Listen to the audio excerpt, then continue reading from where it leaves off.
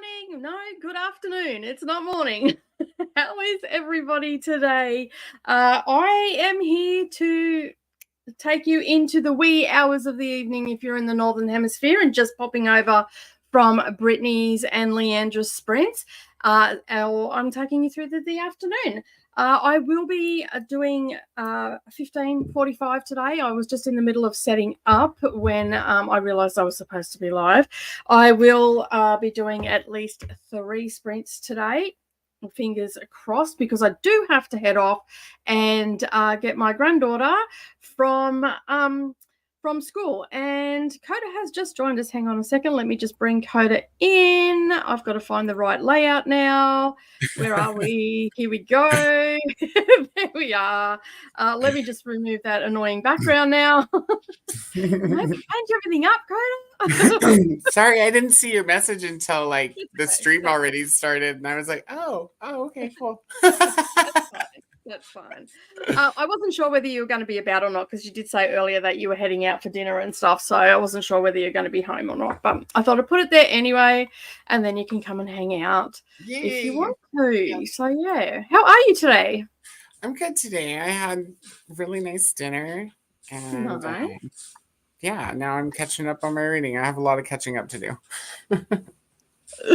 Oh yes, I just have lots of reading to do. I don't know if I'm catching up. I don't know whether I'm behind. I don't know if I'm in front. I'm just reading all the things. So right now I am reading And Then She Fell by Alicia Elliott. I just had to think then. That's on the list, right? That's on the Women's Prize. Yeah. So it is covering postnatal depression, loss of oneself, like loss of self, and it is also covering some Indigenous topics as well. So yeah, it's got a lot of things happening in it. I have a lot to say about it, and I'm only 30% in. So, yeah. Have you ever read Delicate Condition? No. Who's that by? Valentine. I'll put you on the spot, haven't I? Danielle Valentine, I think. The most recent season of American Horror Story is based on it. And I wasn't a huge fan, but I'm interested to see what other people would think about it. Particularly women who have ever been pregnant. Because it's from the point of view. And just, I don't know, I'm just curious if it's like because I don't have a lot of experience in the things that the book is about, or if it's just that, Who's I don't the know, author again? if it was maybe it was just the writing that I didn't like very much, or I don't know. I'm interested to see what other people would think. I'm not really like, I did my vlog clip because this one I'm reading with my eyeballs, and basically Mia has other plans for that. That is not allowed. And so it's taking me a bit longer to read them because she's been with me on the weekend, and I didn't start it until Thursday. So I've only been able to read it like here and there on public transport. And so this morning and then I tried to do clips on the weekend, and every time I did a clip, she decided to pop in, and that was just far too much editing for me. So I just decided to wait till she went to bed. Then I did some then, and then I waited till this morning to do my thoughts on it, because the Women's Prize for Fiction read-along that I'm doing, it can get quite rambly, especially if I think the book is not suited to be a novel, and this is how I'm feeling about it. I think this, because it feels like she's drawn on her own life experience, and I feel like that this probably would have been better off as a non-fiction as opposed to a novel. Like, I know that she's brought other elements into it to make it a novel, but I think that she's missed an opportunity to reach a wider audience. Because I don't know if a lot of people would read this book, but to reach a wider audience by talking about postnatal depression and what her experience was. So that's how I'm sort of feeling at the moment. And so I'm like, oh, I don't know if I'm not, and I can't, part of the rules are I can't DNF these books. Like right now, I want to put this book down. So I'm struggling. And of course, it's the one that I'm reading with my eyeballs, so it makes it even harder. So right now I'm reading it on public transport, so I get 2 hours a day. This afternoon, that's what I'm going to read, so I've got the sprints to do that.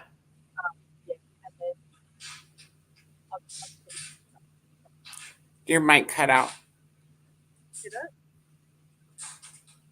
Is it working now? You're quiet.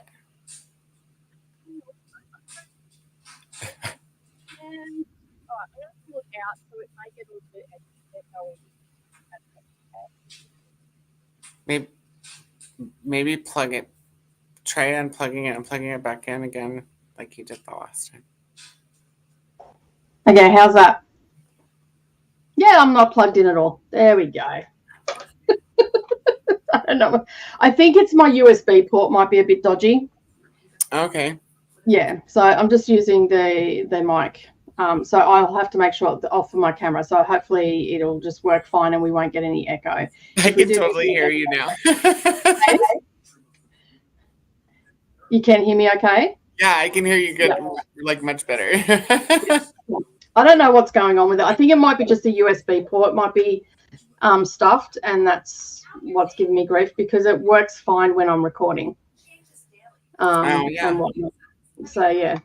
All right. So you are reading Such Sharp Teeth. I see. I am. I'm getting caught up. I'm in chapter 5 now. Okay, cool. So I have 5 and 6 to read for today. Yeah. When did we start it? Sunday, Monday. Monday for you. Okay. So Monday for me. Okay, so that's 2, 4, 6. Okay, I'm ahead. A little bit. That's cool. I'm ahead. Awesome. I will go to chapter 8 today, and I'll stop there. You're ahead, but you're not because you're in the future. Yeah, true.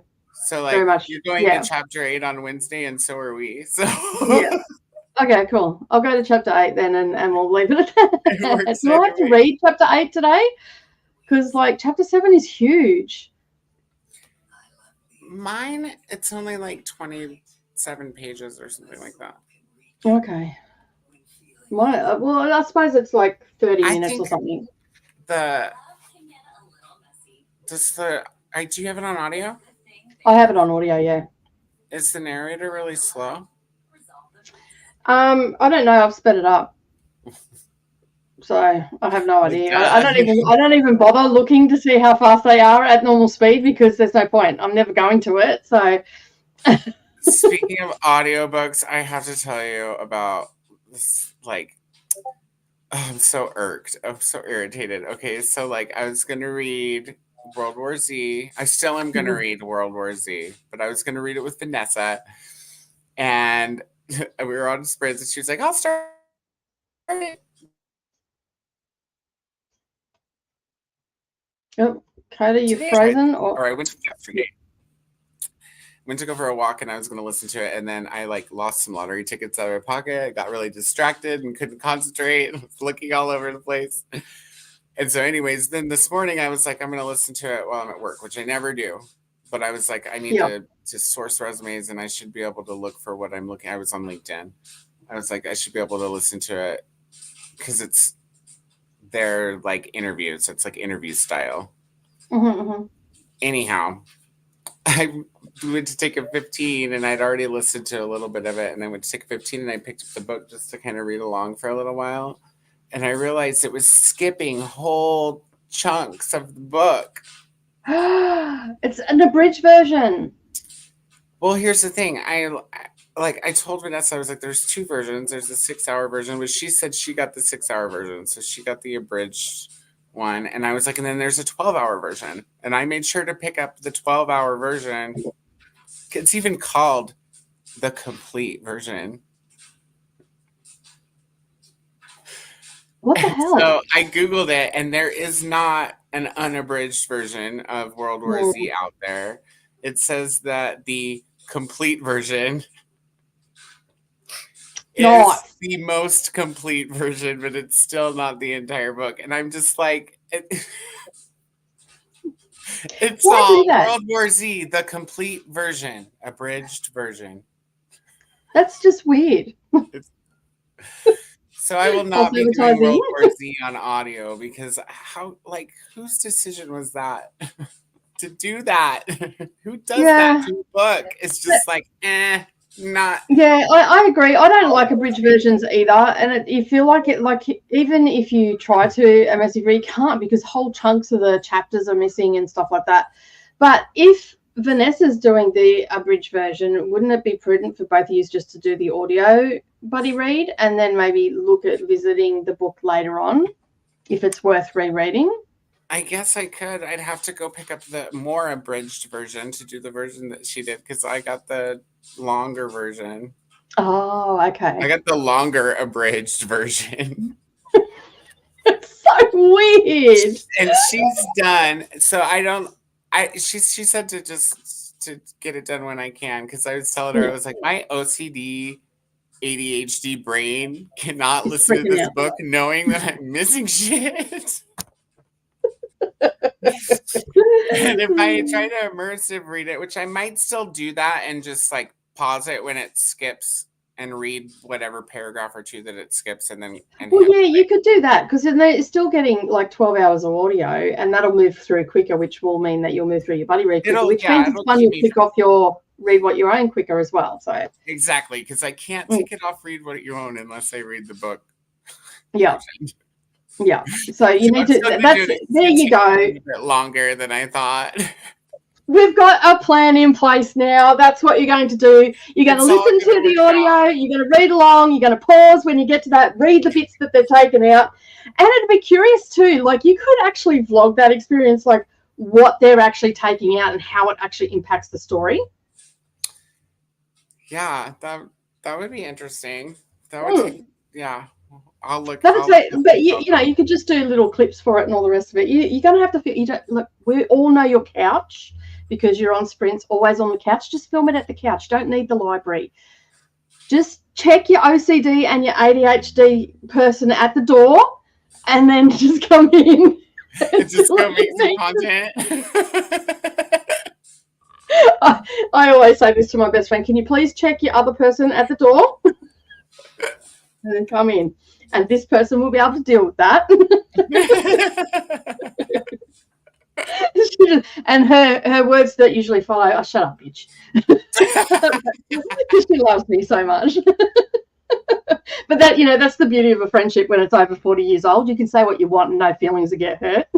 Yes, so, yeah. This is the best. Sarah popped in to say hello, but also has gone off to bed. And happy sprinting, everybody. Alana is also here as well. Looking to finish up Trials of Angela by Melanie Criswell. Criswell? Yeah, Criswell.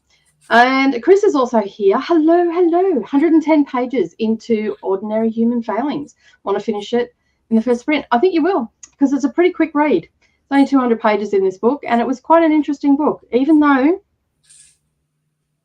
it was an Irish author, and I do not get along with Irish authors.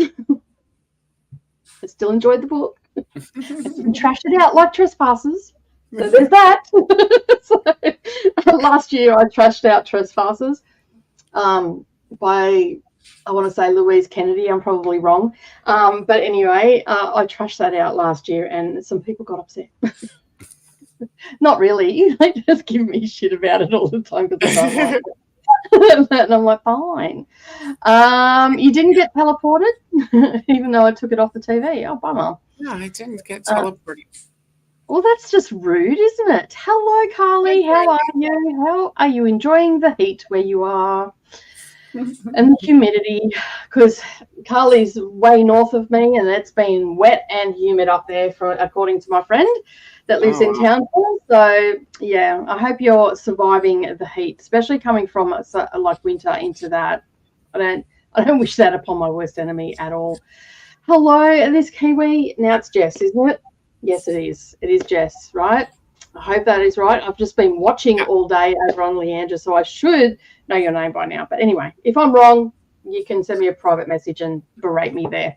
Vibing with Netflix for the rest of the Arvo. Going to watch The Bone Collector. Awesome, because I'm also reading the book for Roller Reads and Pokemon. Awesome. I have that book. I've never read it. Which one? The Bone Collector. I bought it because I saw the movie when I was younger, like in high school, and I really liked it. Who was in the movie? what's her name? It's got Denzel Washington, right? Yeah, and does it have Sandra Bullock? Not Sandra Bullock. Angelina Jolie. Angelina Jolie, that's it. Yeah, I knew it was one of those ones that were in it. I think I've actually seen it. That came out years ago, though, didn't it? Years. I mean, yeah, I was in like high school. Yeah, I was going to say, oh my God, that was years ago. Yeah, that's before Angelina Jolie started to look like Skeletor. It was one of her earlier movies. Yeah. Earlier, yeah. Hanging out at the beach since you only since I only have online classes today. Going to try to Zoom from the beach later. Good luck with that. That'll be interesting. Yeah, I'm in class. I'm on the beach. Doesn't matter where you do the class, right? If you can, why not? That's it. That's exactly right. Hello, Chrissy. Thanks for joining. Hello, Paul. Thank you for being here. Hello to Jamie as well. And we've got Pages and Floss, which is Josie. Thank you for joining. Everybody's saying hello. Hello, Linz. Thanks for joining. And everybody is so friendly today. Hello, everybody. All the things. That's right. When do I go home? Sunday. I am out of here, baby. I am gone. As soon as she lands and she walks through this door, I'm like, I love yous both, but I'm out. I'm going home. I want to sit on my couch without having to watch cartoons. Because Mia watches the weirdest cartoons. Like, I actually put a ban on one cartoon because it was just so ridiculous. And I walked out the other day, she was watching. I'm like, what cartoon are you watching? And she just gets this big grin on her face like Savannah, like the smiling assassin. And I'm like, turn it off. Put something else on. At least try to learn something from the TV shows you watch, because this other stuff is rubbish. It's like, I don't even know how to explain it. I don't even know the name of it.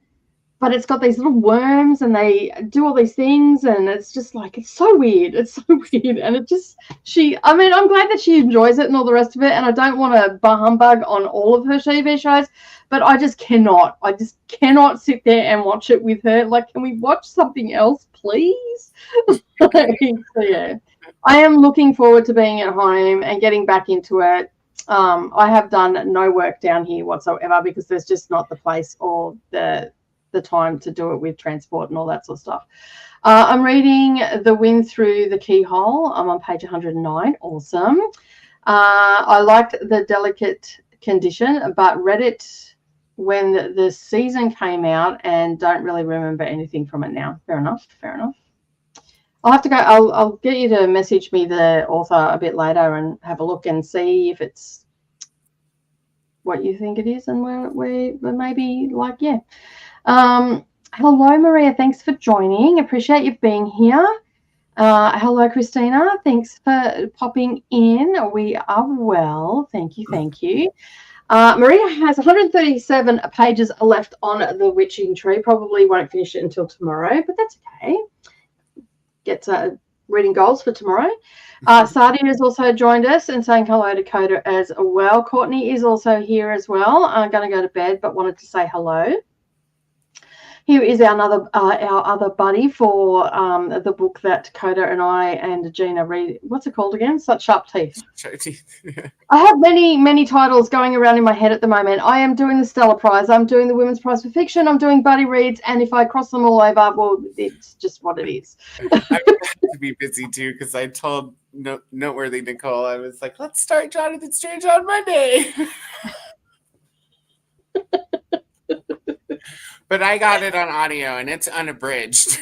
Yeah, I was so happy. Like last week when I got the Women's Prize for Long List, I could not find any of them on audio. I like it unless I got them through Audible, which were going to cost me $14 at a time, or if I get 3 credits, it's $11 or something a book, or on Kindle, and they were all around between $11.99 and $18. I think was the dearest one. And then I'm like, I started searching on Everand. Nothing was coming up at all. I only found one out of the entire 16, which was Soldier Sailor. on Everand. And then today, I'm like, or last night, I'm like, surely they're going to have to start. People will be searching for these. This is going to start bringing it into the, the forefront. And I got the next 3 books that I'm reading on Everand. And I purchased my Kindle, one of the Kindle ones, because I couldn't find it on Z Library or anywhere like that. And basically I purchased it on Kindle, and then I found it on Everand about 15 minutes later. So I went and returned it from Kindle, got me money back, which they refunded it straight away because it was the wrong item. So I just put in wrong item because it was the wrong price. Yeah, that's right. It was the wrong marketplace. Wrong place. I wasn't meant to be shopping here. Nicole fades in and out from time to time. I think she needs to hold her mic. Yeah, I'm not holding my mic. It's just, No, that was probably before you fixed it, actually.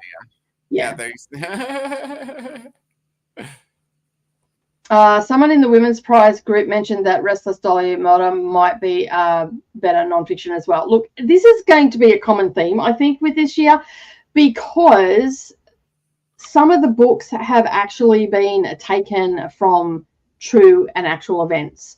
So The Maiden is a story inspired by a true event. I believe that Restless Dolly Melda is also inspired by true events.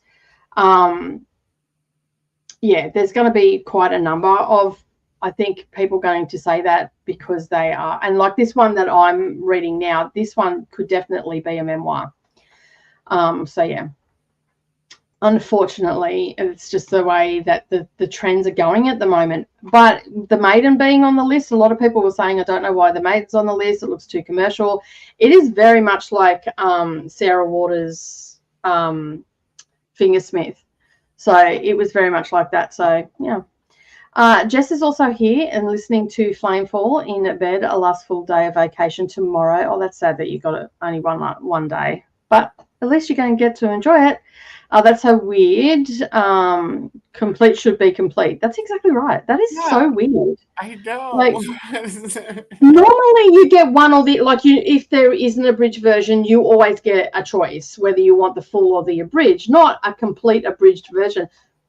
But then, well, I guess they only recorded it abridged, and then they went back and recorded more to make the complete one, but they didn't record it all. So you have an abridged, but now you have a complete abridged version because they've completed it a little bit more. And then the next one that comes out, it will be the complete and full version. No matter which version you get, it's completely abridged.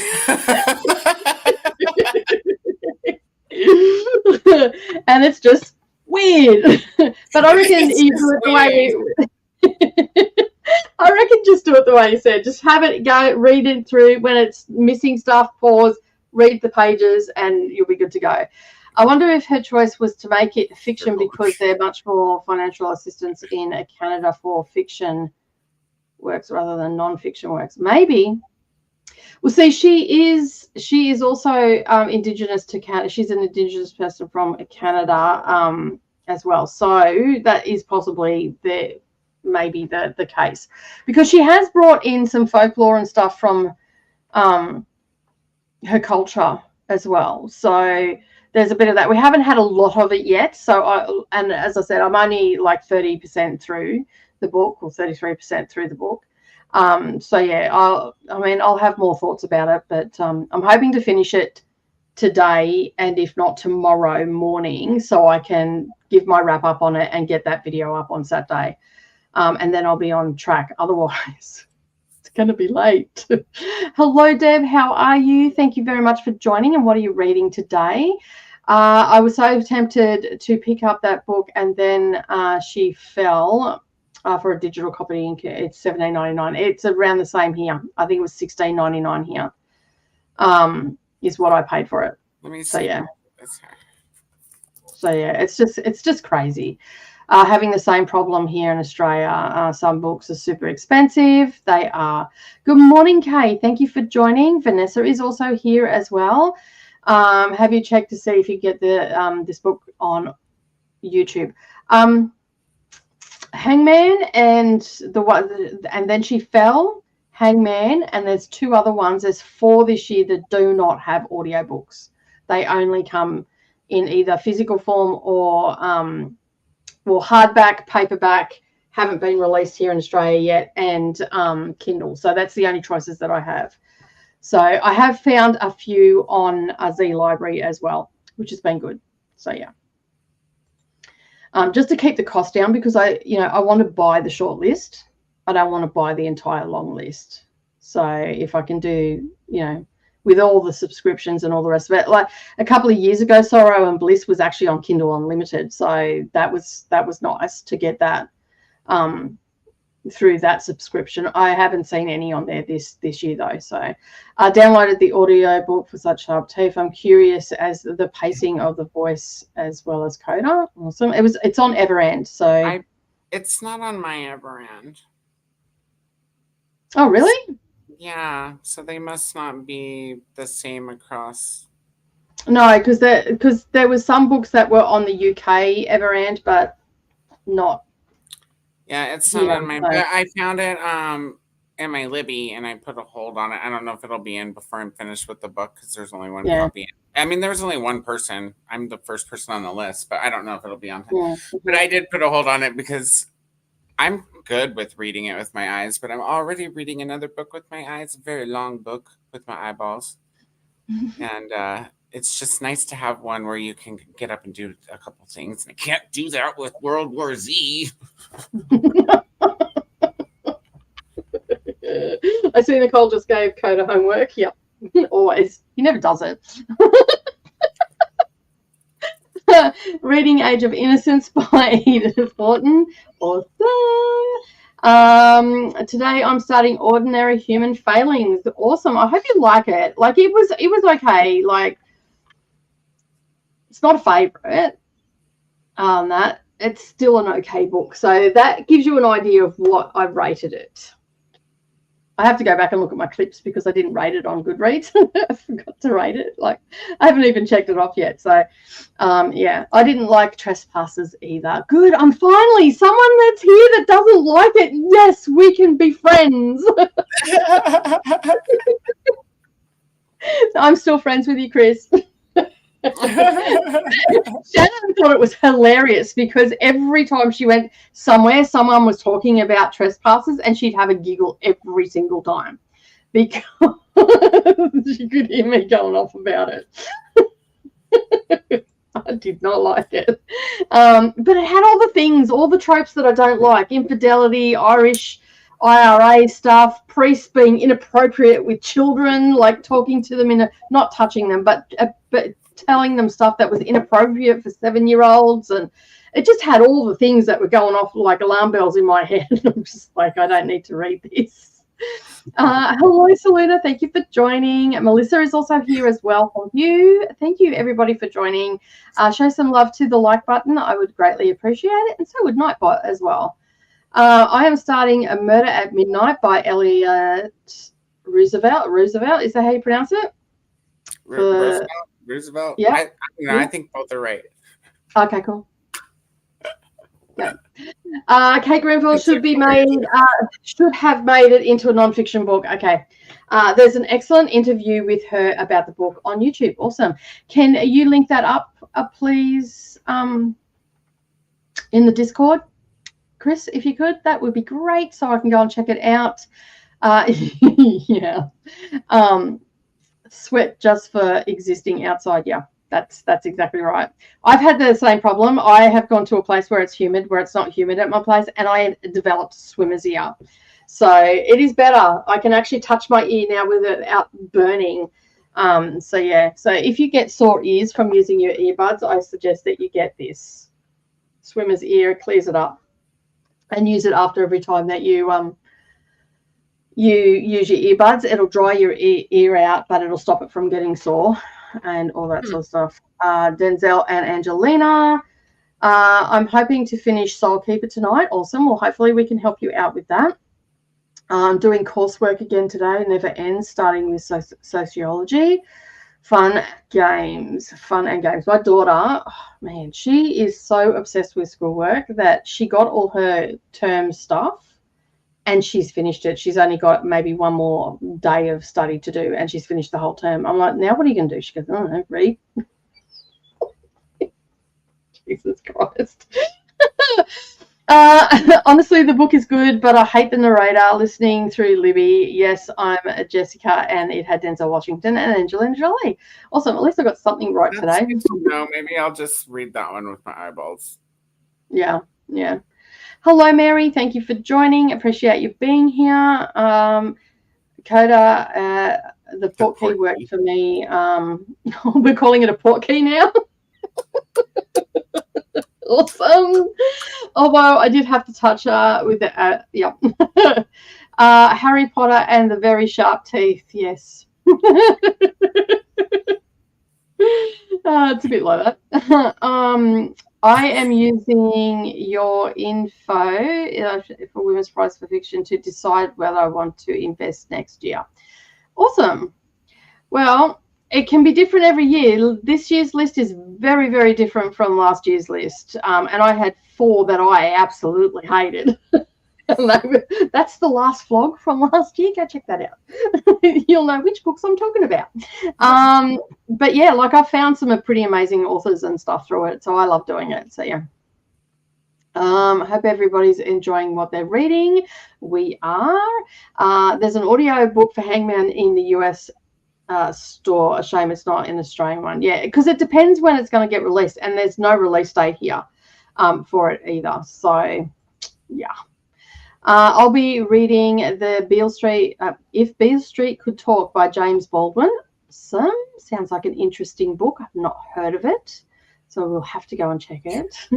Speaking of trespassers, speaking of Shannon, it was the second most requested book for the 2023 at my local library system. Wow. There are still months, a long wait to get the book. Are you kidding me? Go spoil it for those people and just tell them what it's about. I'm going to look it up too. I mean, it was okay. Like, I just don't get along. And I premised that video with that. I do not get along with Irish authors. I do struggle, especially if it has all the troubles in it. As me and Chris say, if it's got all the troubles, then it's probably a book that I'm automatically not going to like. But if it's on the Women's Prize for Fiction, I will read it because I have been pleasantly surprised before. So, yeah. That's fair. Yeah. So, but any other time I would have thrown that book. I wouldn't have thrown the book. Let's just be clear before everybody freaks out. I would not have thrown the book. I would have mimicked that I was going to throw the book, but I wouldn't have actually thrown the book. I have respect for books. Just saying. Just saying. It's all good before everybody comes at me. But I can't believe there's such a long wait list on it. I mean, kudos to their marketing department because they marketed that book well. I just find the cover really dull as well. So yeah, it's just like this. It looks like this. She's just leaning. She's leaning against a brick wall. Oh, ours is she's like sitting at a bar, and all you can see is her knees and her. Oh, okay. Figure out. Is it by the? It's by I'll screenshot it her to you. Yeah. Trespassers, but it's Louise Kennedy, right? Yeah, it is. Yeah. Ours looks like I think it might have changed. I'll just share this one. Let's see if it comes up. Is it coming up? Oh, that's slow. This is what ours looks like. Can you see it? No, it didn't want to share it. Let me just bring it up to here. There we go. That's what ours looks like. So, like she's like there's a brick wall. It looks like she's leaning against it, but she's actually looking past it. Yeah. I don't know. I don't know. It looks more interesting. I don't know. I'd be more interested to read that book than the one I just sent you on Instagram. Okay. Yeah, so it's just Same so weird. Trespassers was popular at my libraries too. A lot of the book groups read it, were reading it too. Yeah. The US cover for Trespassers is terrible. Yeah. I will have a look at that in a moment. And whatnot. But yeah, it wasn't a great book for me. But you know, there are plenty of people out there that liked it, and that's fine. And we all can still talk. That's okay. It makes for good conversations. That's it. I don't like the US cover for Trespassers either. I'm gonna have to look at this Instagram. It's so interesting how different the covers are. It's like but such sharp teeth. I have the UK cover. Yeah. And I like it way better than the US cover. The US cover. That's what my cover looks like as well. Yeah, the US cover though it's boring. I'll find out. Hold on. Coda, we should get together and finish our collaboration on a big books. There have been some requests. Okay, yeah, yes. Let's do that, actually. We can do that. Don't hold it against Nicole that she said not before. It's no masterpiece, that's for sure. I have read better books. That's all I'm saying. So yeah. Truly inspired comeback, my man. One of the books I'm reading right now not only has a different cover, but it has also a different title than the US. Is it called Shifting Fog? Because there's that one from Kate Morton, is it? It's called Something House in US and the UK, but only here in Australia it's called Shifting Fog, which is really weird. Riverton House, I think it was, or something it's called in the US. That's interesting. I wonder, it makes you wonder what the thought process behind that decision making was. Yeah, it's so weird. It's so weird. I just don't know how to attack Pod Nicole or Shannon. Trying to get people to read it again. Bloody Pod. This is the stupid. She already talked me and Neva into reading it, and we're gonna get other people to read it. But you want to know the real stupid thing about this? Pod is a book that's still sitting on my bookshelf. It has not been unhauled. Because it made the shortlist, so it won't get unhauled. Because Savannah wants to read the shortlist, so I've been slowly but surely collecting all the books for the shortlist and for previous years and all that sort of stuff. And 3 years ago, I started buying the shortlist. So yeah. No, it's a non-fiction on Manson. Oh, okay, cool. It's a super long title in both. I like it when books have such different responses. Yeah, I do too, because it makes for interesting conversation. Which is worse? Don't make me choose. What the fuck is Cursed Bread? Cursed Bread. I'm sure I've looked this up before. Cursed Bread is about a baker's wife that is just so bored that she starts obsessing about a couple that comes to town, and then there's just all this weird shit that I won't spoil it, because if I talk about it, it's just going to wreck the book for anybody that wants to read it. But that sounds interesting so far of what you've said. Well, I thought it was going to be interesting as well, but it didn't have any oomph. Does that make any sense? It just didn't. The premise was really good. I was excited to read it and all that sort of stuff. It was in my lower tier of the 16, and I was excited to read it, and it just didn't have the oomph to it that I was expecting it to have. I would have liked it to be a little bit better. Again, this one was also based on a true story that happened where people got poisoned by bread in a French town, I believe, was where the original story took place. And it was just the premise was the best part. Yeah, I was expecting it to be a little bit more impactful than what it was. It just didn't have the oomph that it could have had. I think it was like the author started out really good and then just went, you know what, I can be fucked. That's how I felt. Really fuck this bread. But in saying that, you have to take these opinions of mine with a grain of salt, okay? Because I am reading these books incredibly fast, okay? And if you read books incredibly fast, you sometimes can not appreciate them for what they are. However, in saying that, Cursebread and Trespassers I definitely did not like, because Cursebread didn't have the impact that I thought it was going to have, and that was a letdown for me. And Trespassers, I just don't get along with Irish writers. Like, if it's got all the troubles in it, you know, I'm not gonna pick it up and whatnot. So yeah, I'm with Coda. It sounds really cool. The premise does sound really good. Like, it really does, and I totally agree with that. But it just didn't have the oomph in it that I was looking for. So I guess Sometimes they don't. Sometimes something sounds really good and it just doesn't carry through. Or it just fell short for me. Like, it wasn't a bad book. I didn't mark it down to 1 star. Like, it was still an okay book. You know, like, it was a 3-star read for me. Pretend to throw it. No, Trespassers. Trespassers, I still gave a 3 because I know that there are a lot of people out there that would appreciate it, and I didn't want to say it was a shit book and do a 2-star rating, when in actual fact, for the masses, it's probably a really good book, which is evident by what Chris and also Shannon are saying about their library and whatnot. So I liked Cursebread, but I totally get why people wouldn't like it. Children of Paradise was my least favorite. So Cursebread, Trespassers, Pod, and Children of Paradise were my bottom 4 last year. So, and I wasn't the only one that didn't. I'd rather read Cursebread than Demon Copperhead. Not saying much. Who wrote Demon Copperhead? Oh, what's her name? I guess I can Google it. She wrote the Poisonwood Bible. Oh, Kingsolver. Yeah. I forget it. Her name gone.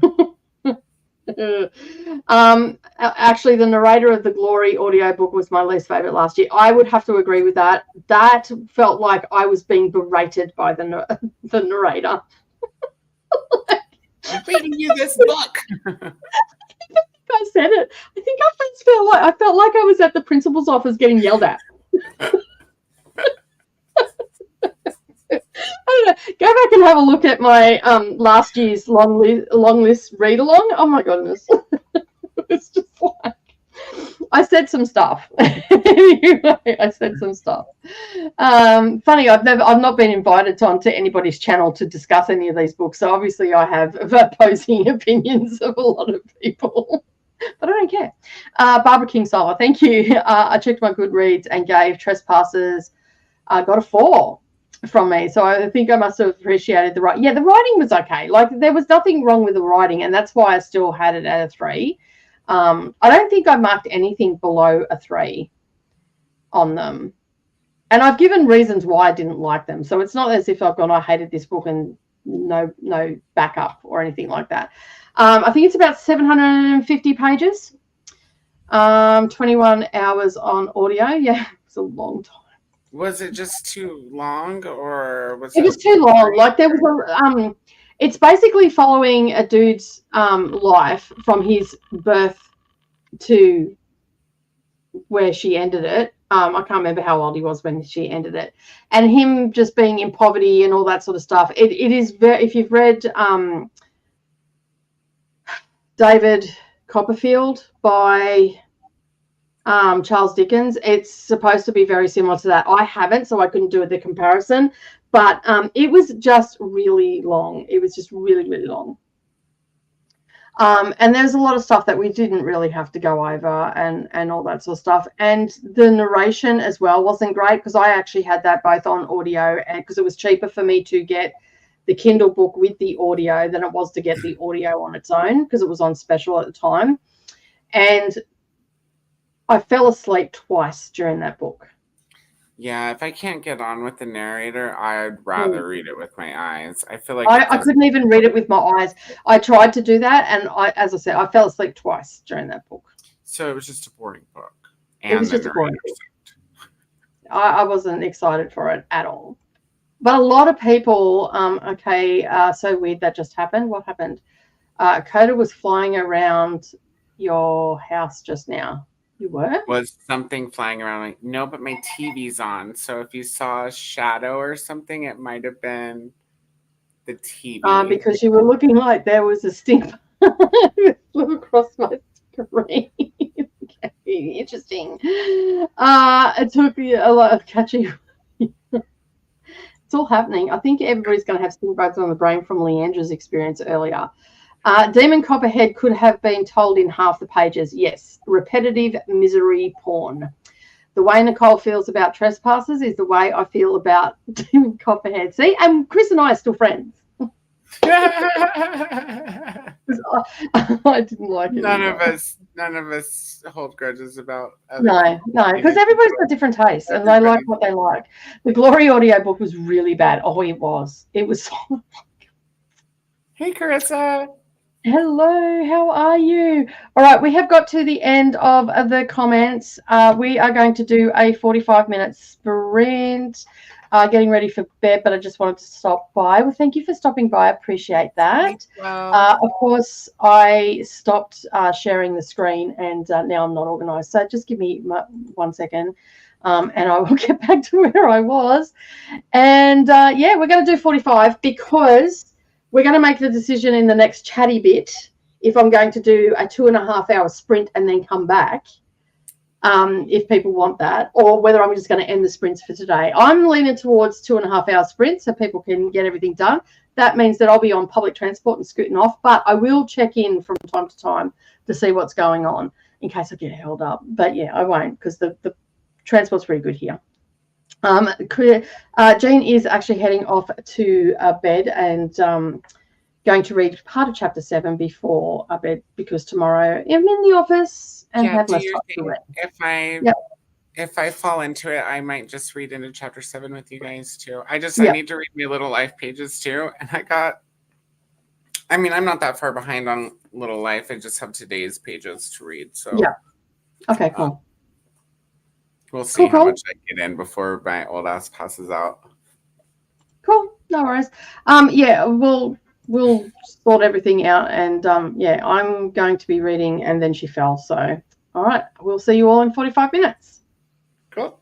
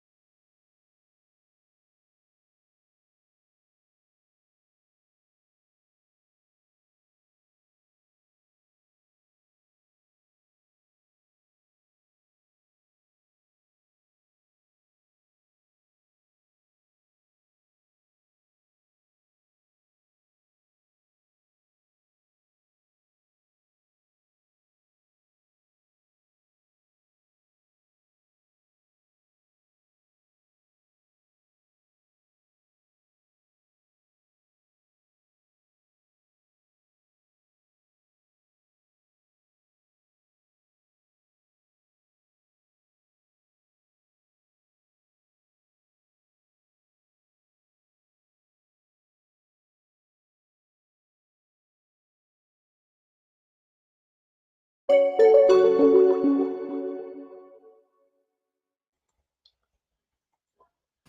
hello. We are back. How did you go? I'm almost done with today's pages, so I have. I think I'm almost done with today's pages. I'm into chapter 6, anyways. I guess I have about 19 pages. That's not too bad, though. I read 40 pages. Awesome.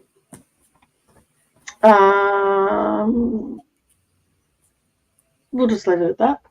Yeah, I don't know where I was. I think it's just starting to get like, because some of the folklore, more of the folklore is coming into it now and whatnot. But there was one part in the book where when I first started reading the first couple of pages, she had been down the park with her husband, and her husband got called away, and she's gone home. And so she is an Indian. She's living in she's living in a white neighborhood, and this old Karen Biddy from across the road in the neighborhood watch come over and started antagonizing her because she had lost her keys. And basically they've lived there for a year, and this woman's saying, I've never seen you before, and was going to call the police.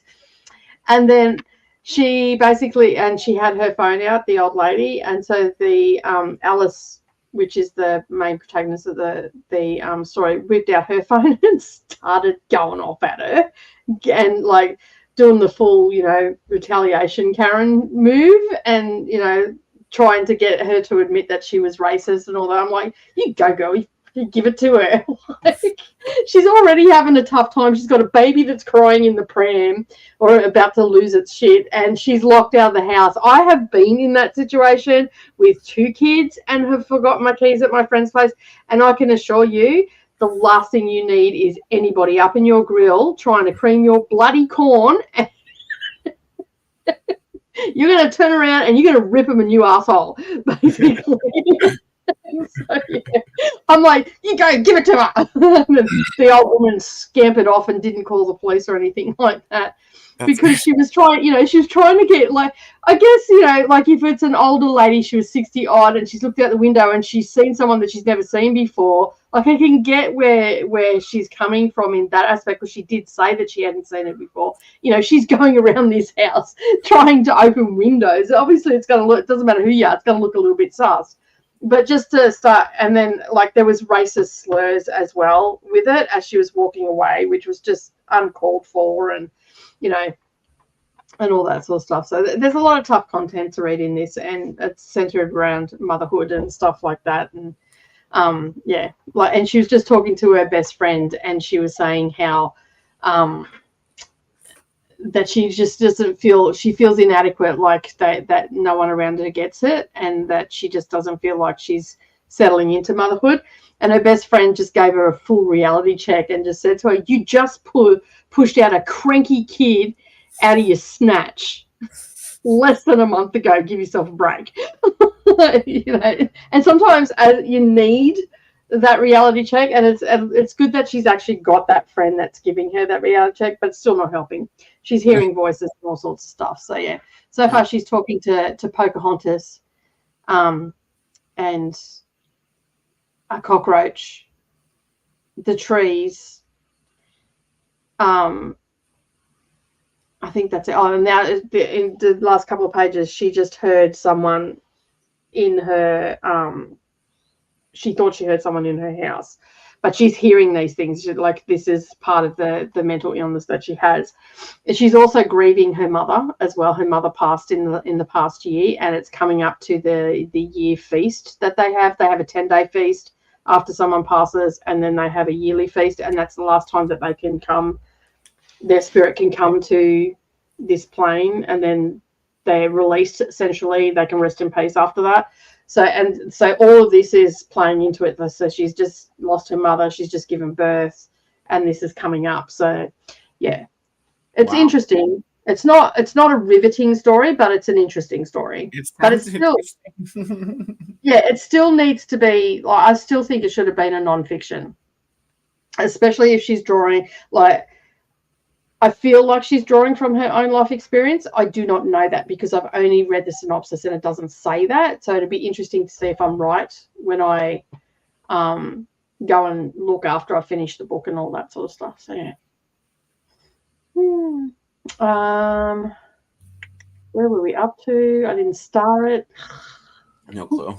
Jean went to bed. Yeah. So Jamie was saying that they liked the 2-hour sprint we did last time.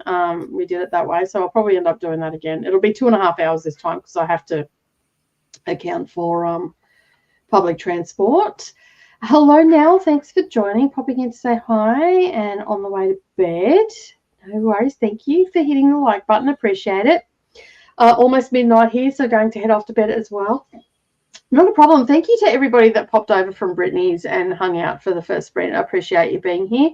And I'll see you all again next week, no doubt, or on Thursday. Rachel says hi to Nell. I love this. When I've seen this, it cracked me up. Sleep Tasty. I seen you commented this somewhere else. That one of my really good friends when I was younger used to always say this: Sleep Tasty, travel tasty. It was always tasty on the end of everything. So when I seen this, it was just like, it just cracked me up. I got nothing done at this sprint because I made a mistake of checking on my artist friends on Twitch and them drawing cute guys for comics. Awesome. Hey. That sounds really interesting. Are you seeing a theme in the Women's Prize this year? Yes, it's a lot of family so far, except for the Maiden. That wasn't. But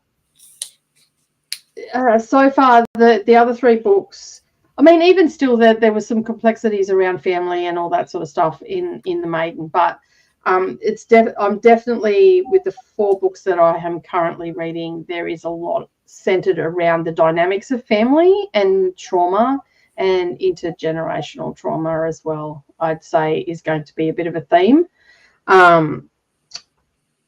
Ordinary human failings is definitely an intergenerational trauma of circumstance and whatnot. So, yeah, I think that's going to be the theme for this year. It seems to be so far. But I still have a lot of books to read yet. So I think it's still too early to say that is the case. So, yeah, I've only got like 12 to go in 5 weeks. You can do it. We all do. I think I need to lay down. I don't know who the person was that I was pretending to be at the beginning of the year when I said that I was going to take it slow this year, because I went onto Goodreads with NetGalley, readathons, and the Women's Prize for Fiction, which I have not logged any yet, and I've finished. I'm almost finished 3 of them. Yeah, I have 64 books logged already for this year. I don't know who the person was at the beginning of the year that said that they were going to take it slow. She's a liar. She knows what she's talking about. Shouldn't have said what you said. Yeah. She's talking shit for sure. Everybody was just like, okay, yeah. Yeah, okay. I'm going to get a flood on that goals video. I'll get a flood of people just going, liar, pants on fire. In the comments, because it's all lies. It's all lies. I mean, 64 books. That's ridiculous. Yeah, that's more than I read last year, I think. So But it's out of order. But then, like there are some NetGalley arcs in there that are audio books, and there's also some craft books in there that are being logged as well. But I mean, technically I've read them, so I did log them. I think there's only about 8 that are craft books, maybe 9, and recipe books. There's a couple of recipe books that I did for NetGalley as well, so interesting. Paul got to page 126. I read about 15 pages and heated up dinner. Awesome. Reading 1920s A Love and Seduction is so naughty. Nice. Read a chapter of sci-fi called Under the Falling Sky, and now I'm going to switch to God Killer. That's a big change. Like one sci-fi, one fantasy. Switching it up there. Mary read 25 pages of Goodnight Irene by Louise. Louise? Yeah, Albert. Oh, I'm not even going to go there. Anyway, that person wrote that book. And I'm now going to sign out and get ready for bed. So have a good sleep, Mary. Thank you very much for popping in. Alley Cat got 24 pages read. That is awesome. Got further into Ordinary Human Failings. We'll be finishing it tonight. Might read the suicide book tonight before bed. Which one's that? I did not. Is that on the? Or is that on? Because the Booker International's also just been released as well. The long list has been released. So, and Crystal reads a lot of stuff off the prize, so I could be mixing up where it's coming from. Maria got through to 53 pages. I have to work in the morning, so it's almost midnight here, so I'll be heading off to bed now. Thank you for the sprints, and see you all soon. Have a good sleep, Maria. Thank you for joining. Appreciate you being here. Finished my lecture. Woohoo! Now you can read. Hopefully. It's 4:39 a.m. here, and I'm wide awake after napping all day. I did that the other day. I just sat down on the bed and I was reading and like fell asleep with the book on my face, like did the full old lady thing. Fell asleep and then I couldn't sleep, and I'm like, I've got to get up at 5 o'clock in the morning to get Mia ready for school and all that sort of stuff. This is not going to work. So I dragged my feet yesterday. Yeah. So yeah. I fell asleep at lunch today for a minute. I was reading my book, and then I just set it down for a second, and I was like, next thing I know, it's like 30 minutes later. You work from home, right? Yeah. Yeah. That's not so bad. At least you didn't fall asleep at the office. Can you imagine? I don't know if I could cope working in an office. I'd be nana-napping all the time. And I snore, so I can't even get away with it. Well, I was on my lunch hours, so it wasn't like I missed any work out of it, but I was tired. I normally will like eat something and read. Yeah. And I didn't even eat. I just read for like maybe 10, 20 minutes and then passed out. I've been lurking and just working my tush off, trying to get 140 things graded tonight. Might have to stop when I reach 70 to be realistic. Oh, that's a lot of work. Hope all is well. Hope all is well with you too, ML. Everything's going great here. I haven't actually seen ML around for a while. It's been a minute. Yeah. Been busy with work and everything, I assume. Having a summer cake as a treat, and might read a chapter of The Stand before next uni. Excellent.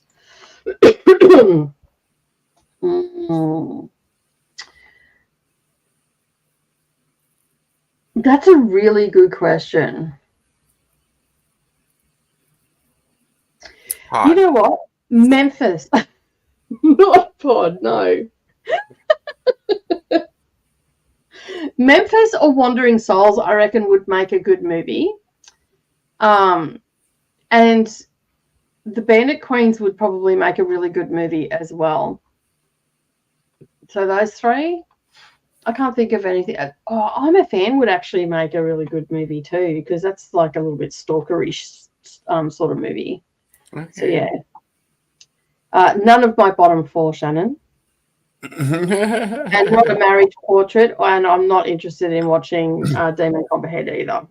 No, so yeah. Oh, I haven't even mentioned it. I went to see RF Kwon the other night, and I got my book signed. I have all her books now. They're all signed, and it is. I didn't get to ask the question, but because they were predominantly talking about Yellowface, because that's her most recent release. But they talked a little bit about the Poppy Wars and how, like, she was only 19 when she wrote that, and how she would do things different now if she was to, like, do that again. She wouldn't commit to 5 years of her life to writing the Poppy Wars and all the rest of it. She did let slip that the covers are changing on the Poppy Wars, but she didn't say what was actually changing on them or anything like that. And then she pulled herself up before she went any further. And she has something coming out next year as well. But I have, are you ready? It's Babel.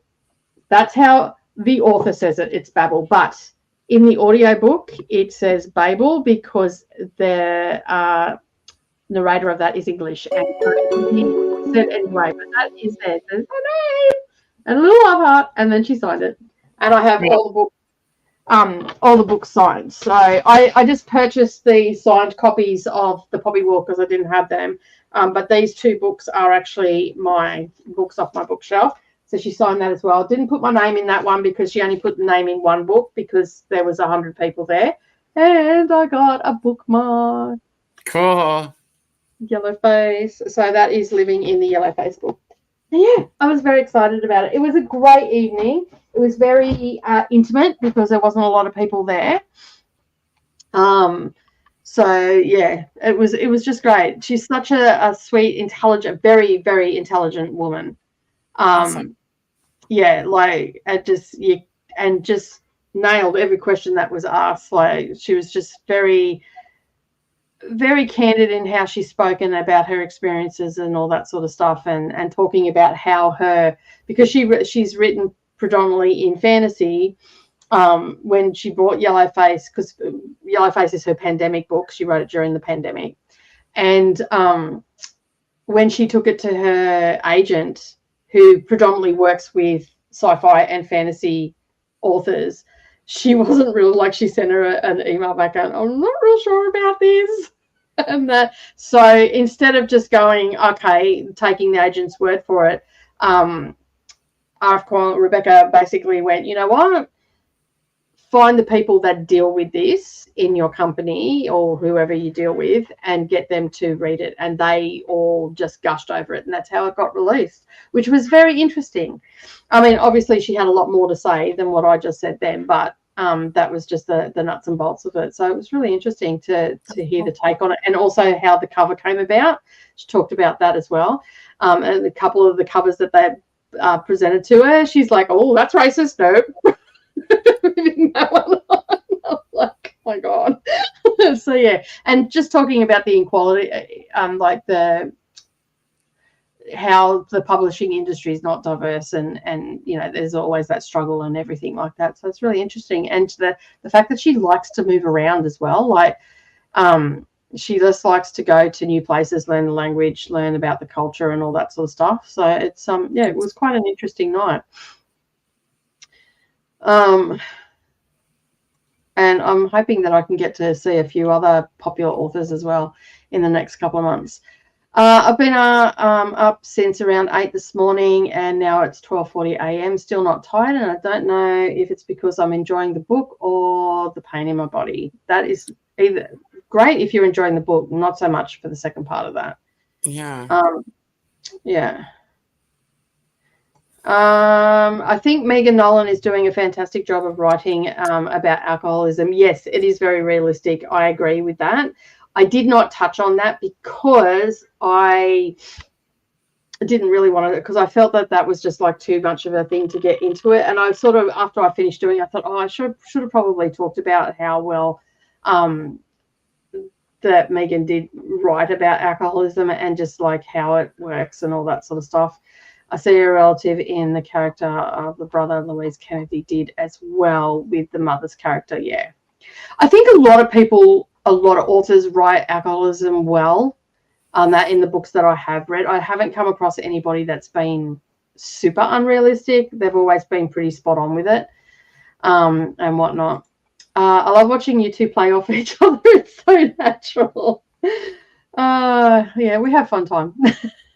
Got distracted with Instagram, so I didn't read anything.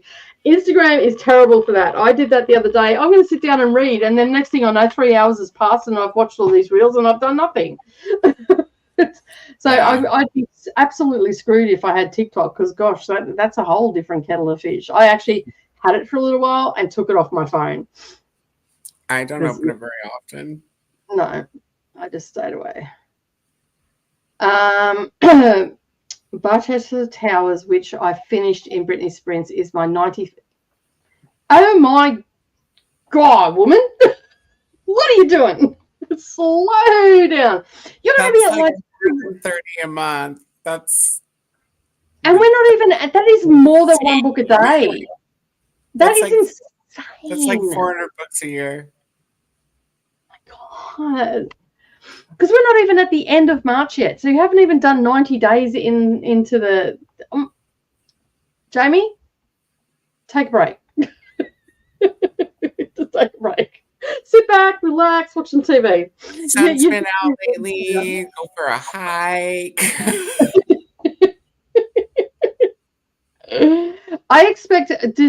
I'll put this question to you, Coda, as well. Do your reading... I sort of already know the answer for you, Coda, because we've been reading together for over a year now. So I sort of know where you're at with this. But does anybody else, like, because you're all in winter, do you read less in the summer months? I'm like, I just read a lot. Because last year outside in the summer months. But last year you slowed down a bit because we both put the book down at the same time when you hit summer. I do. I hit like this moment where, like, as soon as I can start gardening. Yeah. But then I found the audiobook, so it might not be as bad this summer. I don't know. I do like to get out more in the summertime. So if it's any kind of social event where it's not just me, can't be reading. Like, thanks for inviting me, friend. Shh.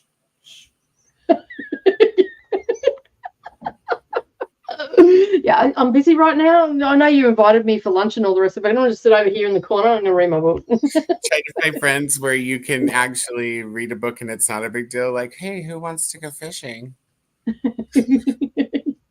True. That's about the only sport that you could do.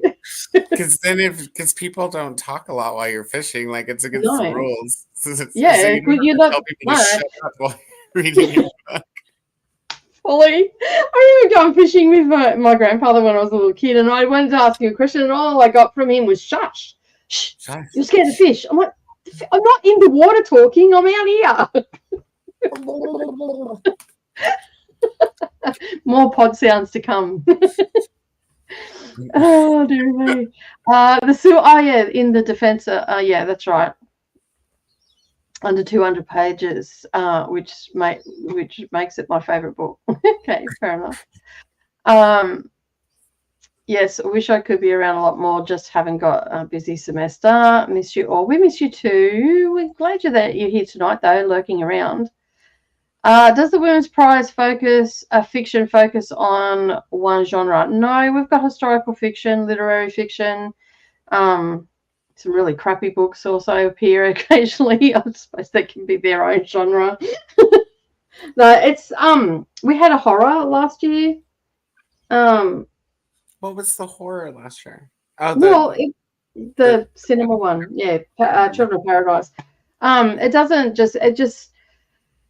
It depends when it's been published and all that sort of stuff. So like hundreds of books get published all the time, and so these are put forward by the publishers, and the publishers only have a certain amount that they can put out, and whatnot. So it's it just depends what's being published and all that sort of stuff. But a lot of time you can sense a theme through the Women's Prize for Fiction. So this year it's about family and as we were just talking about before, there was some, family issues and alcoholism and stuff like that. So it just, mental health is one this year. Motherhood is another one as well that seems to be popping up just from the synopsis, because I haven't actually read any of the books. I'm just starting to read them now. So I won't really know if there's a theme until I get to the end of them, and then I can say, yeah, there definitely is. Nice. I keep hearing about the Poppy Wars, that the Poppy Wars sucked. What do you both think? I haven't read them yet. I haven't read it either. I've heard good things, so. I've mostly heard good things. I don't think I actually have heard of any bad things about it. Still here, keeping you up. I don't know if we'll make it until we get back. So thanks for the hosting and co-hosting. No worries. Thank you for being here. It's a shame the writer's behaviour hurt her chances last year. The book was good. Yeah, this was Memphis, but her behaviour was just What? Go home. Someone should have just said to her, go home. and stop it. Just stop it. It's funny though, when I say that to my children, they stop. They cease and desist what they're doing. I'm like, stop it. And they just, we've crossed the line. Mum's telling us to stop it. So yeah, the author, I can't even think of what her name is right now, but she was just an absolute douche on social media. And yeah, someone should have told her to stop it. That is so awesome. I am a RF Kwong stan. I want to hear her talk in person someday. Well, she's touring at the moment all over the place here in Australia. There was one funny moment. They'd done a Q&A and the person right, like just in front and to my right, got selected to ask a question. I thought she was going to jump out of her skin. She was so excited. Like, she did the full fangirl moment and dropped the person sitting beside her. I don't know if she actually knew her or not, but the girl sitting beside her had traveled from New Zealand to come and see her, because I don't think she's going to New Zealand. She was only in Australia, and it's only a 4-hour plane trip from New Zealand to Brisbane. And so this girl's like in total shock. I didn't know what to do. The other girl beside her, she dropped her in it for something, and I'm like, I sort of leaned over to Savannah and just went, excited bunch. And then the people behind me just started pissing themselves laughing because they were trying to hold it in, because this woman was like, she was next level. I was almost scared that she was going to jump up on the stage and hug her or something really, crass like that. Like full fangirl moment. And mind you, she was in her 60s, this woman. Like, oh, wow. Yeah, and that's what made it even funnier. Like, it was just wild. It was a good night though. That she's brilliant. Like, it was really good to see her. How did you find out about it? I wanted to heap when I was in London. I don't even know where to start in Brisbane, in Australia. You're in New South Wales. She was at the Opera House the night before we seen her. But I went on to, I think I first seen it on HarperCollins on Instagram, but then I signed up for the Writers Guild, I think it is, here in Brisbane. So maybe if you sign up for that, they might have one come up for New South Wales. So yeah, because the author for the Priory of the Orange Tree is coming in April or May as well. So I'm going to try and get tickets for that as well. I think part of how I read so much is that I do not own a smart. But yeah, that makes sense. That would explain a lot. I've maybe read 3. I know.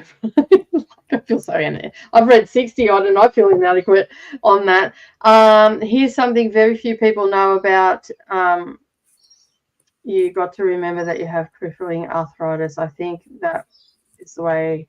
Is that arthritis? How you spelled? No, that's not how you spell arthritis. It's spelled. That's not good at all. And I'm so sorry that you're experiencing that. My husband goes through a lot of pain with, he doesn't have arthritis, he's got some bone thing. And I'm not sure I totally understand it because he's never really explained it properly, but he's always in a lot of pain. And he's just found out that he's got 2 crushed vertebrae as well. He has the back of a 65-year-old truck driver, and he's 47. So, yeah. I just read, I have time. I don't think it's seasonal for me. Yeah, fair enough. Just ordered The Maiden by Kate Foster. It's shouting for me to read. It's really good. I really enjoyed it. It was actually a 5-star read for me, which is not surprising because it is historical fiction and that is my jam. Took my book to the bar with friends the other night. Yeah, I have done it. Pretended to be on my phone and reading a book. Done that many a times. There are long lists all year, so December is probably the month I read the least. I'm so exhausted from the previous 11 months reading. Yeah, and you've read some pretty tragic books in the last 12 months too. I don't have TikTok for that reason, but Instagram Reels suck me in just as much, and so do YouTube Shorts as well. They get me. Not as much as Instagram though. I really don't feel like I'm reading very much though. I spent half of yesterday doing yard work, and I volunteer in 2, soon to be 3 different places where I can't do any reading. I think, Matt, not as you said, not having your smartphone makes a big difference. My brother won't fish with me no more because he gets mad because he really tries to fish and I catch more than he does. And I'm there reading a book and he swears I cheat. That's funny. I'm convinced that's how you catch fish. You read a book. Yeah, that's it. Stop it, get help. That's it. Tara, that's it. Tara M. Stringfellow, wrote Memphis, and she's a douche. She was having a go at, because there was I can't remember what the actual review was, but there was a girl that did a positive review, but just said that the men were trash in the book, and they were trash. They were violent towards their women and all the rest of it. These are trash human beings, right? Regardless of where they are in the world or whatnot. And apparently this author attacked this girl over this review, even though it was predominantly positive except for what she didn't like. Now, a good review should have, if you really like the book, obviously you're not going to have any negative to say. But if you've got some problems with the book, a good review should have those problems that you had, because they might be triggers for some other people and all the rest of it, right? So this is how I viewed this girl's review. That's how she presented it. And so, so basically then Miss Stringfellow decided that she was going to attack this girl, and then was sitting there like big noting herself how she's sitting up on a mountain with, her Chanel bags and all this sort of stuff, and basically just trashed this person out. And it was like, stop it and go home. Just stop it. Just stop it. Like, there was no need for that. I'm happy that you're sitting on your little mountain of cash over there with your Chanel bag, which I might add are freaking ugly. But anyway, that's beside the point. Each to their own. I just don't like your tasting bags. That's all that I'm going to say. And basically, you sit over there on your little mountain, being all high and mighty, but can you keep your opinions to yourself? Yeah. We don't care for them. Okay, cool. I'll check that out. That Memphis author was ridiculous. Yeah. She got her over positive reviews. Who does that? Let's see it. Nicole, do you get Amazon first reads down under? Yes, I do. But they're different than what you get. They're different options? Yeah, I had different options than what you had this time. So, yeah. Last time they were the same. This time they were different. That's prejudice. No, it just means they haven't been released here in Australia yet. It's just a release date thing, man. All right, calm down. Instagram post. Make a post. I'm going to make a TikTok. Coda, stop it. I'll tell you to go home, but you're already there. Just stop it. There is something about a woman reading a book that prompts certain men to come over and have conversations. They feel book reading is some weird subliminal way of flirting with them. Shannon, I'm starting to question where you hang out. Like, no, I've never. Reread this one more time slowly. I've read it 3 times and I'm still not sure I get it.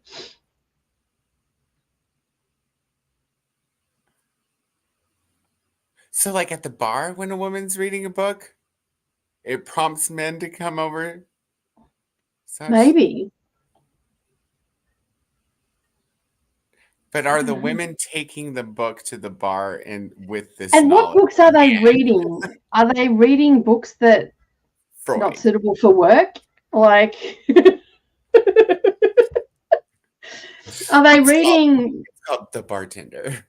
Yeah, are they reading After Dark books? Like, so yeah, like then of course you're going to get hit on. This is not subliminal ways. I see. Read the After Dark book that way. Either way, right? You either get hit on or you don't, and you still got your spicy book. Yeah.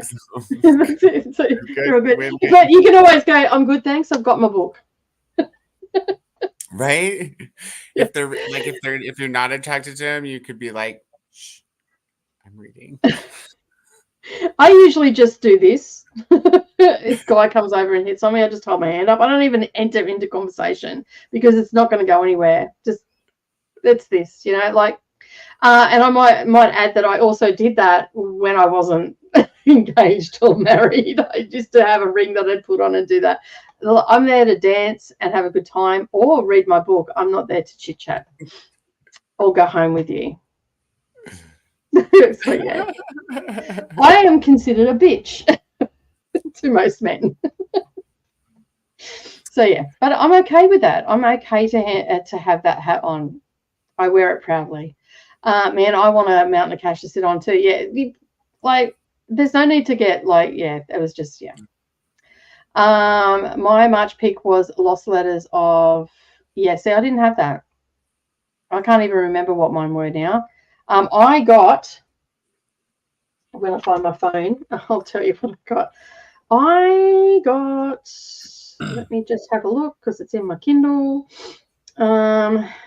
Library.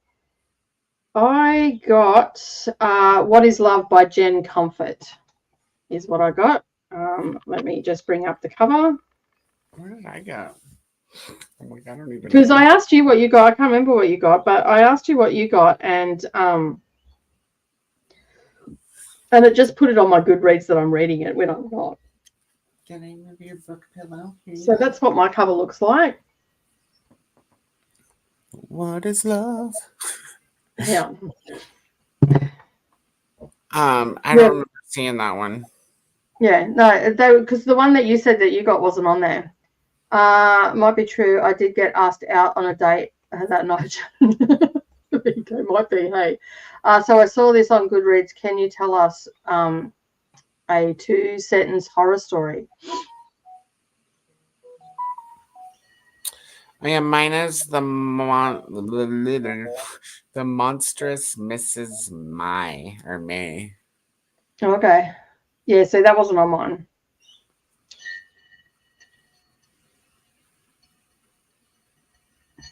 That's the ice cream truck, if you can hear that bell. Rachel says it is maybe my single ass needs to get to the gym or whatever single men get, wherever single men get. Look, I'm busy reading. Like Bring Shogun or some shit. Read like Conan the Barbarian at the gym. Oh my goodness. You have to read Men's Adventures so that they think you're cool too. Then they'll probably invite you to go watch an action movie. I like action movies. I'm just saying, it's a win-win. Is reading a book anywhere? I'm always getting men wanting to talk to me. No, it's not that like it's, well, maybe they are hitting on you because I don't know. But in my general understanding, as soon as you pick up a book, this is an invitation to the entire world to come and talk to you. Because it's not just predominantly men that do this. Mia has been doing this to me daily for the last week. It's like they think you must be bored if you picked up a book. The book, yeah. And it's usually non-readers that will come and talk to you because the reader will pull out their book and sit there and read with you. Always a non-reader, actually. Yeah. Yeah. The reader will always sit down and read with you or sit down and be fucking quiet. Yeah. Either way. They'll sit beside you and not engage. Here's another. So these are the 2-sentence horrors, are they? Cynthia answered, I opened the cupboard and no coffee filters. Okay, yeah, that would be horrific. Here's another. If you could travel to any fictional book world, where would you go and what would you do there?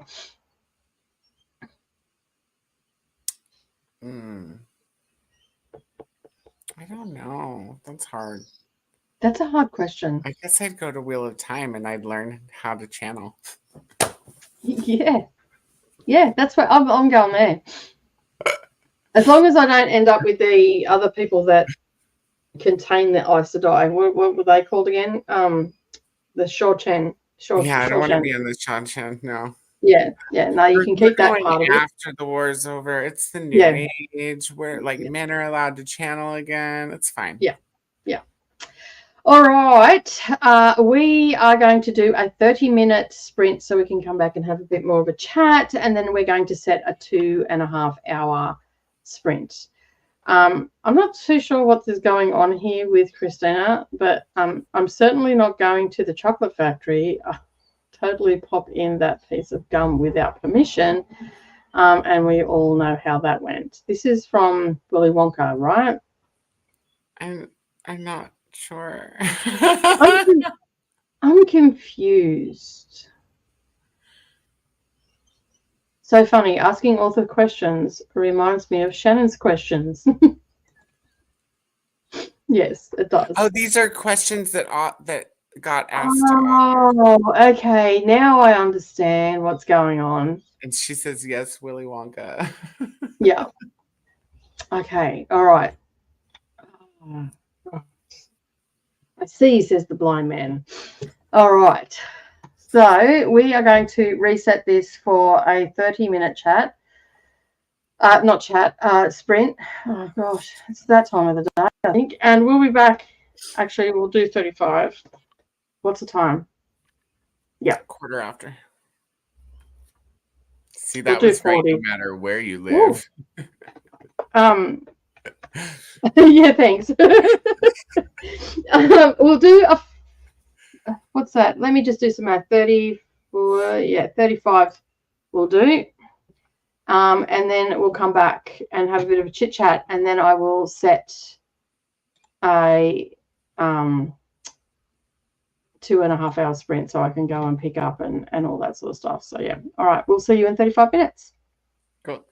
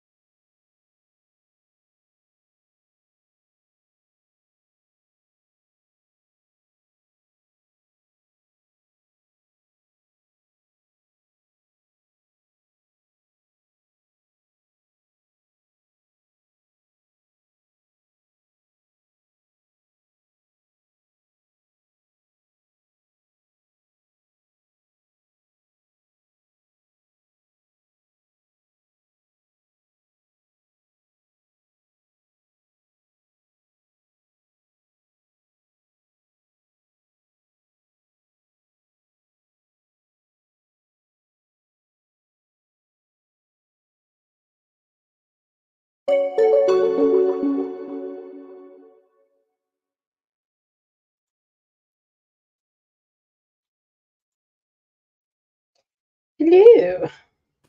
Hello. How we going? I finished my pages for today, so I've got to chapter Awesome. 7. Awesome. And how was it?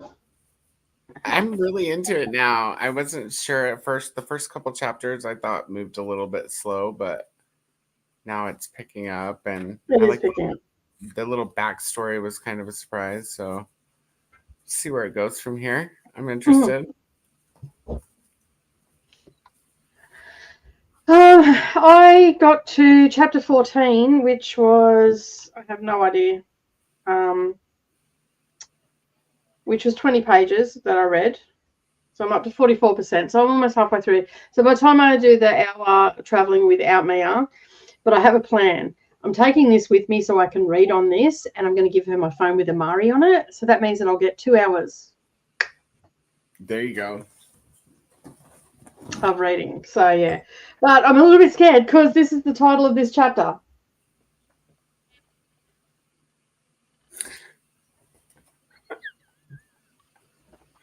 Better take some snacks. So for those who couldn't read it, this is the long one. So get some snacks and get comfortable. So yeah. So it's a long one. So I'm going to turn that off. I've put some charge into it. My phone's fully charged. I have my bag. I've got all my stuff together.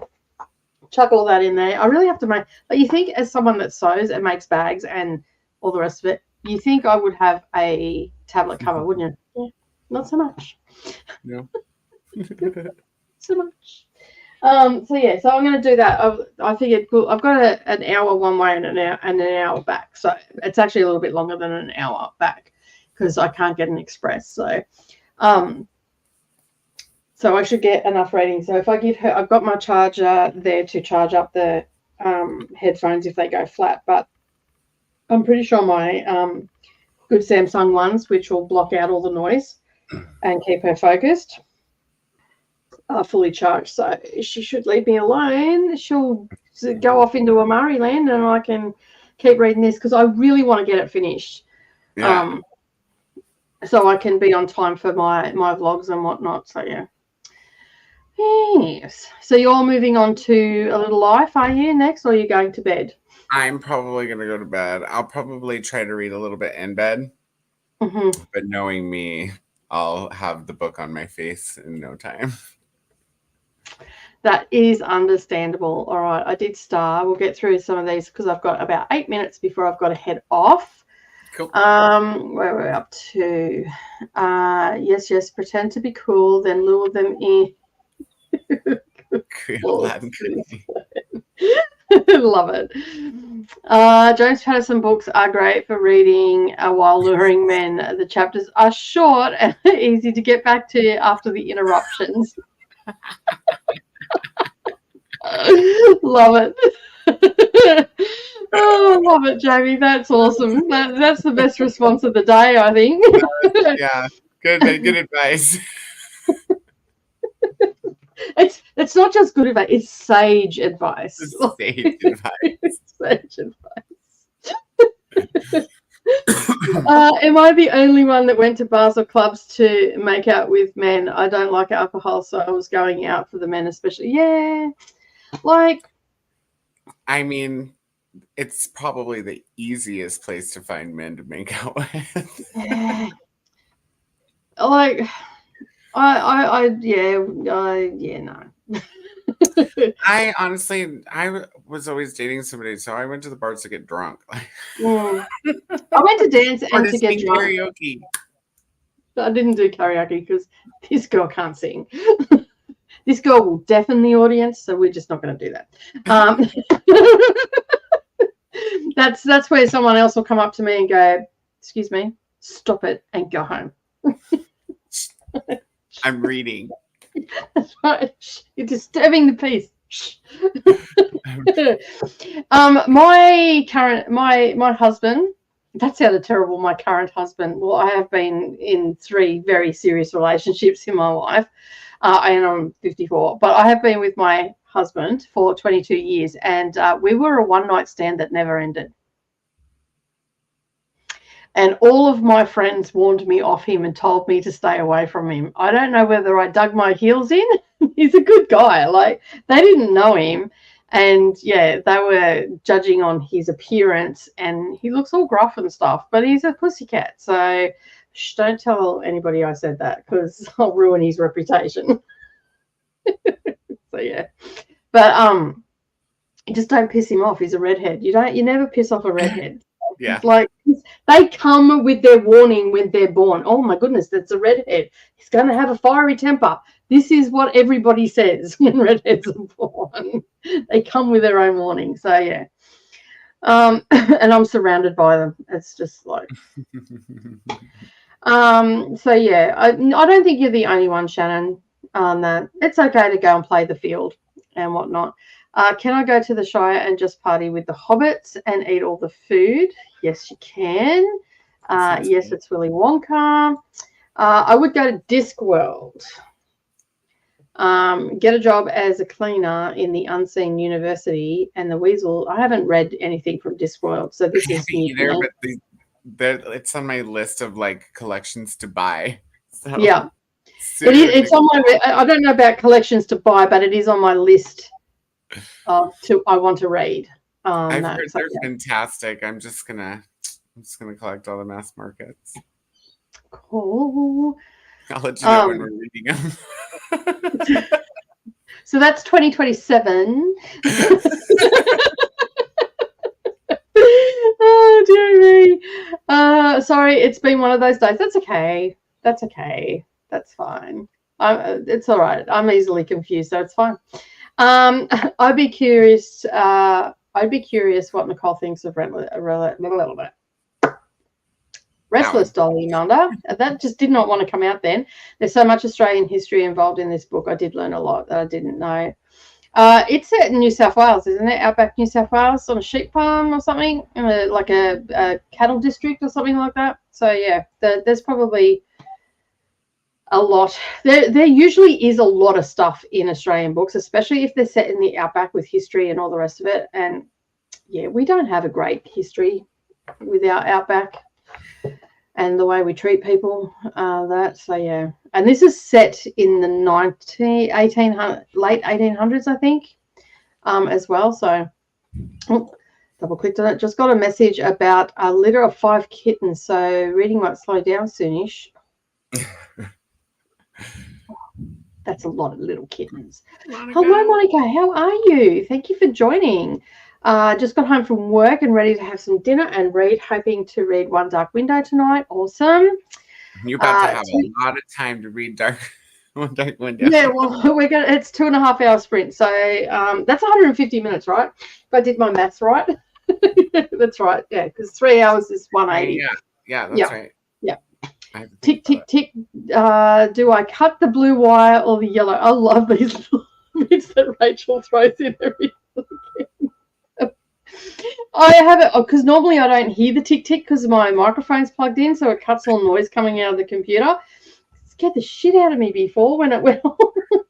Oh, that's right, the timer's on. 5-minute countdown. That's right. Went back to your seat. I'm 44% done with my book. Awesome. I'm 3 hours in on Then She Was Gone by Lisa Jewell. Awesome. It was all right, that book. It wasn't my favorite. Read 10 pages of God Killer. Excellent. I'm switching to the next Trollope audiobook, Dr. Thorne, to listen while getting kennel space ready for the new kittens. Oh, how cute. How old are they? I generally don't go out unless there is a band playing at a bar because I don't really like club environment. Yeah, see, the 90s was my rave era. I think I commented before on Brittany's Sprints. Mid-90s was my rave era. Nightclubs were either side of that and into the early 2000s, and then I ceased and desist after that. Now I generally just don't go anywhere. Same. We didn't have kind of clubs around here anyways. Like I would have to go to Denver. Nicole, is IRL Beauty and the Beast story confirmed? In real life? Don't know. Oh, she's saying Beauty and the Beast story confirmed because you were saying that your hubby's a beast. Oh, yeah. Yeah, he's a beast. He looks beastly, but he's not. I was a music blogger when I was out a lot at clubs and bars. I used to work for a magazine or a street press called Pulse of the Illawarra. I used to do the same thing. Did a lot of that in the 90s. Don't remember a lot either from the 90s. Actually, I remember all of it because I never had blackouts. So, yeah, I wasn't that bad. I was bad, but I wasn't that bad. I have reread Discworld many times, definitely buying, adopting the whole series. Awesome. I hear they're great, and they're snack size too compared to what we normally Yeah, I was going read. to say they're not big. We don't just have a great history, full stop. Yeah. We are a nation born from racism, and we've run, pretty much. We suck as a human race. Collectively, as a human race, we suck. We're not great to one another at all. Green wire. Green wire. Pick the wrong wire. I think the new kittens are about 4 weeks old. I'll know for sure tomorrow. Awesome. All right, we have got to the end of the comments. Feel free to comment away while we are on our 2.5 hour sprint. And Coda's heading off to bed. So good night to Coda. Thank you for joining. It's been fun as always. Yes, thanks for having me. So much No fun worries. always. So much fun it is. We always have a great time. We do. So yeah. Paul is heading off to bed as well. So yeah, that's totally understandable because it's 2 a.m. That is fine. And Monica is fine with a long sprint because she's shattered after work. So that is awesome. All right, we are going to head off. I need to set this up so I can get to the train station in time. But thank you so much for joining us today, Coda, and I appreciate it. And we'll see you again on Thursday, will we? What did we say? 150 minutes? Yeah, 150. Yep. Yep. Oh, yeah. All right, cool. Well, I'll see you guys on Thursday and have a good night or day. No worries. Just sleep well. And yeah, we'll see you on Thursday. Awesome. Thanks. Bye, friends. Bye.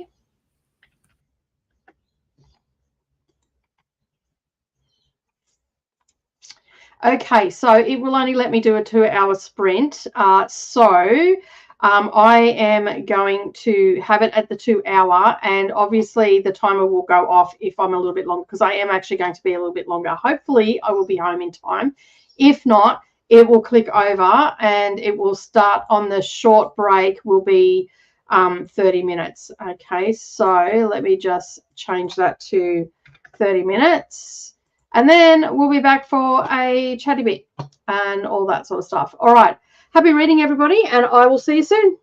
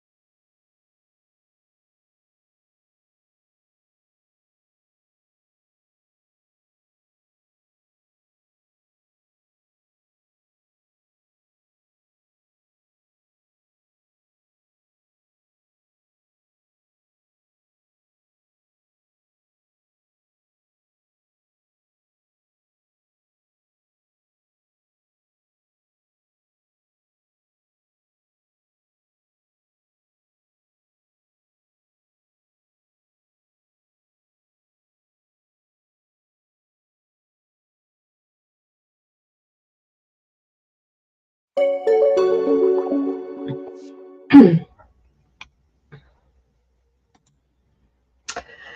hello.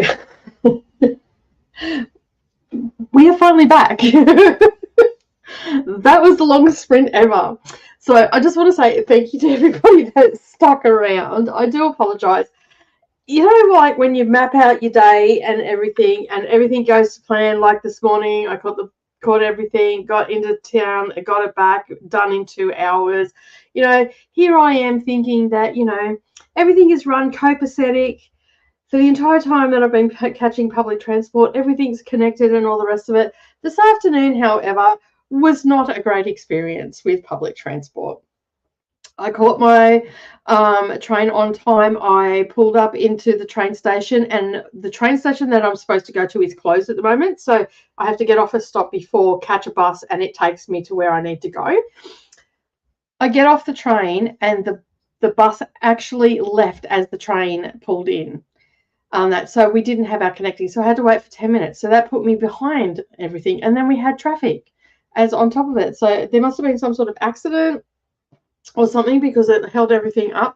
So I ended up missing all my connections. So, and then I got another bus that TransLink said that I could get because it had stopped near the train station that I had to get back to, and the bus driver went past my stop and then wouldn't stop the bus, and I'm like, what the hell, mate? I can't go any further. You need to let me off the bus. I'm supposed to be at the train station. And he started yelling at me, and I'm like, whatever, just open the door and let me off. It's like, and I'm like, what the hell is going on a Wednesday afternoon? Like, it is, and I'm telling you, it is Murphy's Law that's happening right here, right now. Because it's been every Wednesday since I've been here that I've had nothing but trouble with traffic and all the rest of it. So, and it's only because I'm sprinting that I'm having these problems. So yeah, but next week we will be back to regular scheduling because I leave on Sunday because my daughter gets back, and I can't spend any more time down here because I'm away from, you know, all my sewing supplies and all that sort of stuff. So, and while I have done some filming down here, I haven't done a lot, and I really need to get back to it. I've really got to get back to my Patreon, and everybody's been really understanding. So, yeah, and I got a decent amount read as well, although with all the walking I had to do and all the rest of it, I didn't get as much as I would have liked to. But I'm up to page 211. So I've got about 167 pages left to go, but I've actually reduced it down in font size, and I'm reading it pretty quickly. My eyes are starting to get sore, so I've only just put it up. So it was actually doing 2 pages at a time. So I will get through it. I'm not really liking this book. It's just sort of, right now, it feels like it's going round and round in circles. And I don't know whether, like, there's mental illness that's run through her family and all the rest of it, but we're getting snippets of, like, right now she was just talking to a cockroach, and the cockroach gave her some advice about her ancestry. Like, so I'm a little bit confused. I don't know. It may all come together, and apparently, like, the neighbor is supposed to be like someone who's supposed to be doing something to her and all that said in the synopsis, but I don't know what's going on. Steve is nowhere to be found. She's having all these experiences. You know, she's like gone into the local, I would assume it was a convenience store, the way it was described. I would say it was a convenience store. Because your convenience stores over there sell alcohol, right? In the US and in Canada, is that right? Because she was also buying some Smirnoff, and now Smirnoff in my mind is vodka. And then the cashiers were looking her up and down because she is Indian, and so it's talking about the racism that she receives, but it's not flat out racism. It's like there's been some talk. I don't know how to explain it. But there's been some talk how her husband sort of just blows it off. He's white, and it just blows it off as saying, you know, it's just their sense of humor and stuff like that. Like, it's unintentional is the word I'm looking for. Unintentional racism is what she was describing. But then she's in the convenience store, and the cashiers are just looking her up and down as if she's a piece of trash. And it's just like, oh my God, like, people just need to, like, not But this is what I was saying like earlier. I don't know if Chris is still here or not, but that's what I was saying earlier when I was talking to Chris about it, that I feel like this could really be a that is awfully bright. You just tone that down a bit.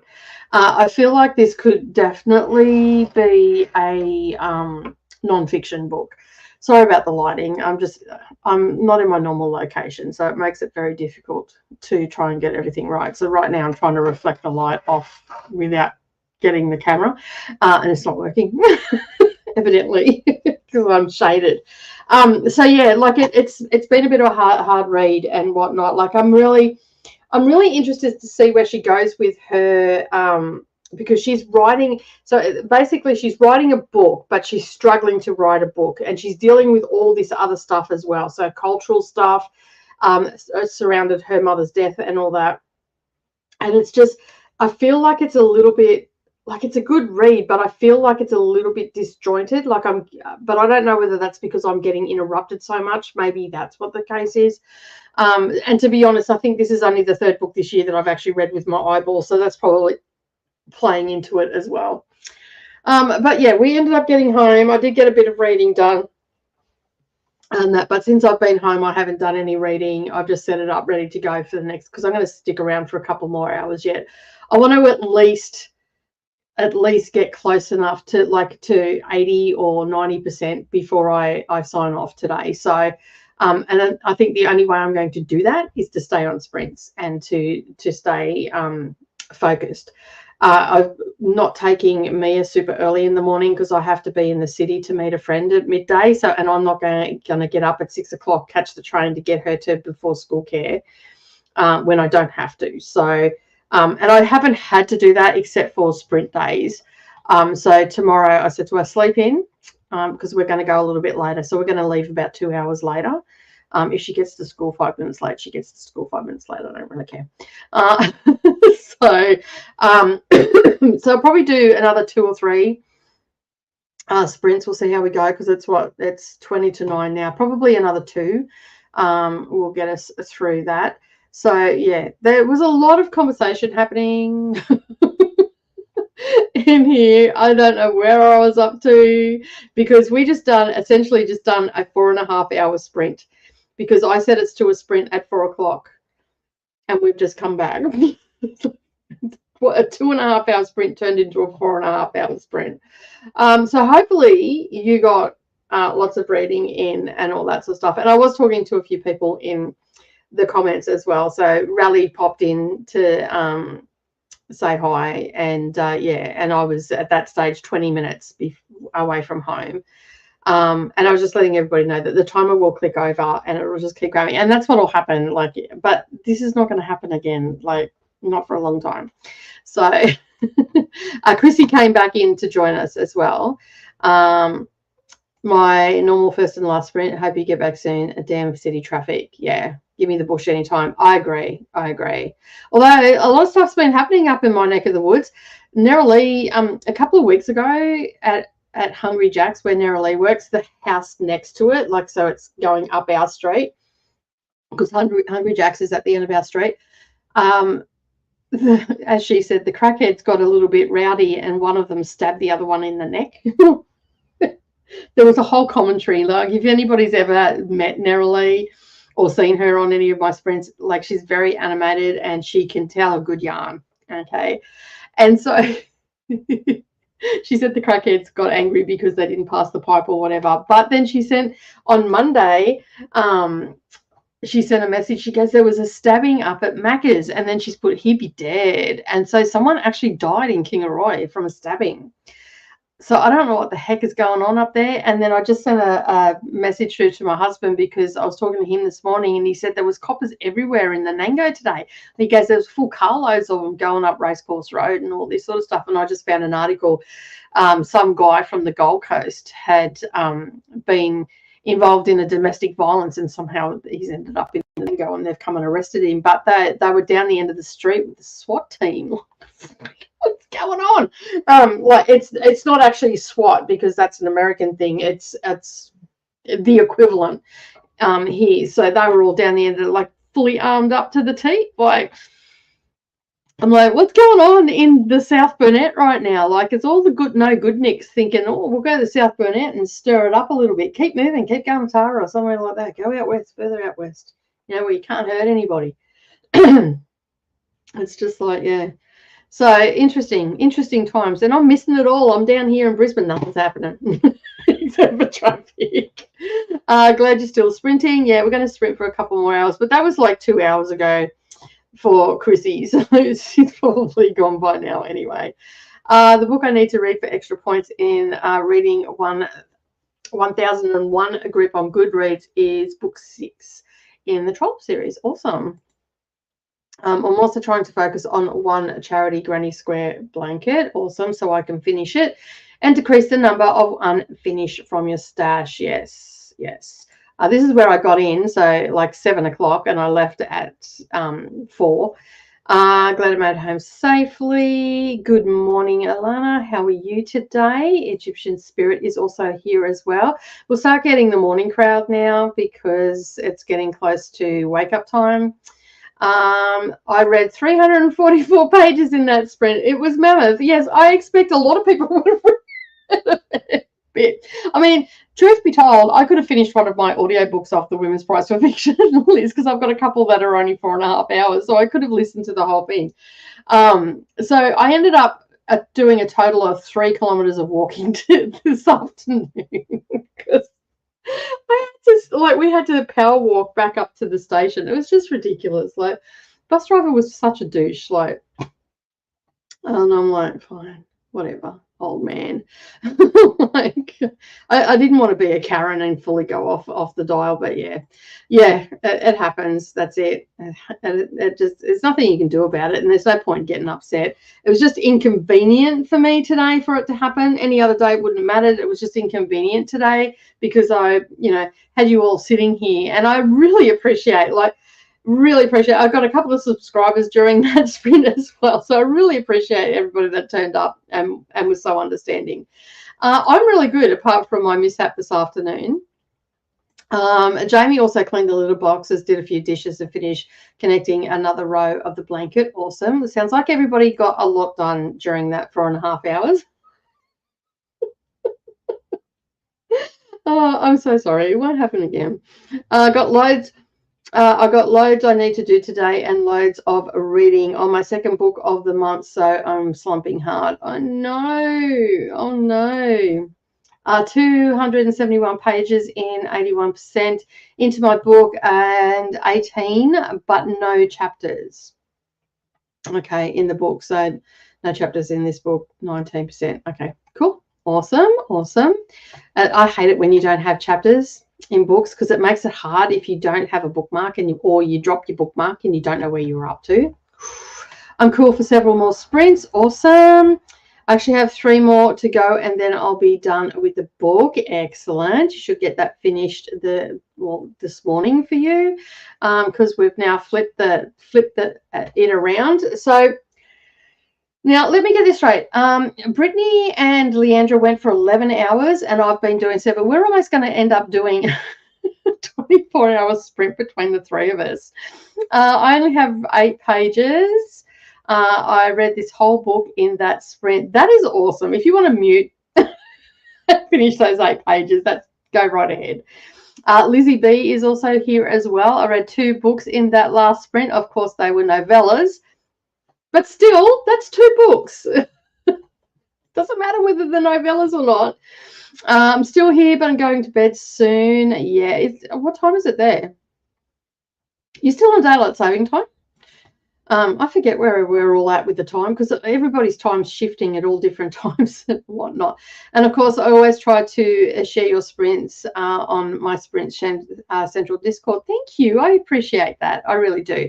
All right. So look at that. We've got all the comments done in that time. So I'm just going to take us to another sprint because the timer is about to go off. And yeah, so it's 10:47 a.m. in the UK, so that would be, I'm assuming. So we're going to switch it around and we're going to go to another sprint. And I'm not going to have it go for 2 hours, though. Let me just come in here and change that. to 45 minutes. Saving. There we go. And so we're going to do a 45-minute sprint. All right, I will see you all in 45 minutes.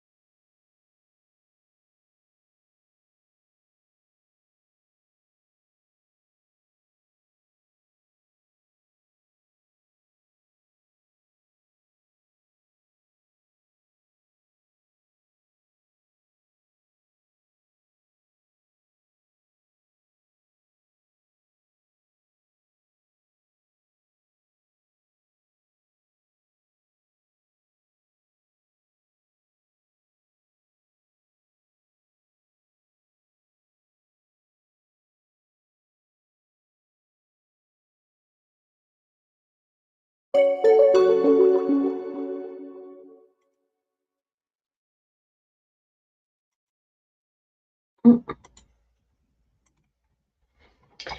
if you press the right button, right? A bit like that.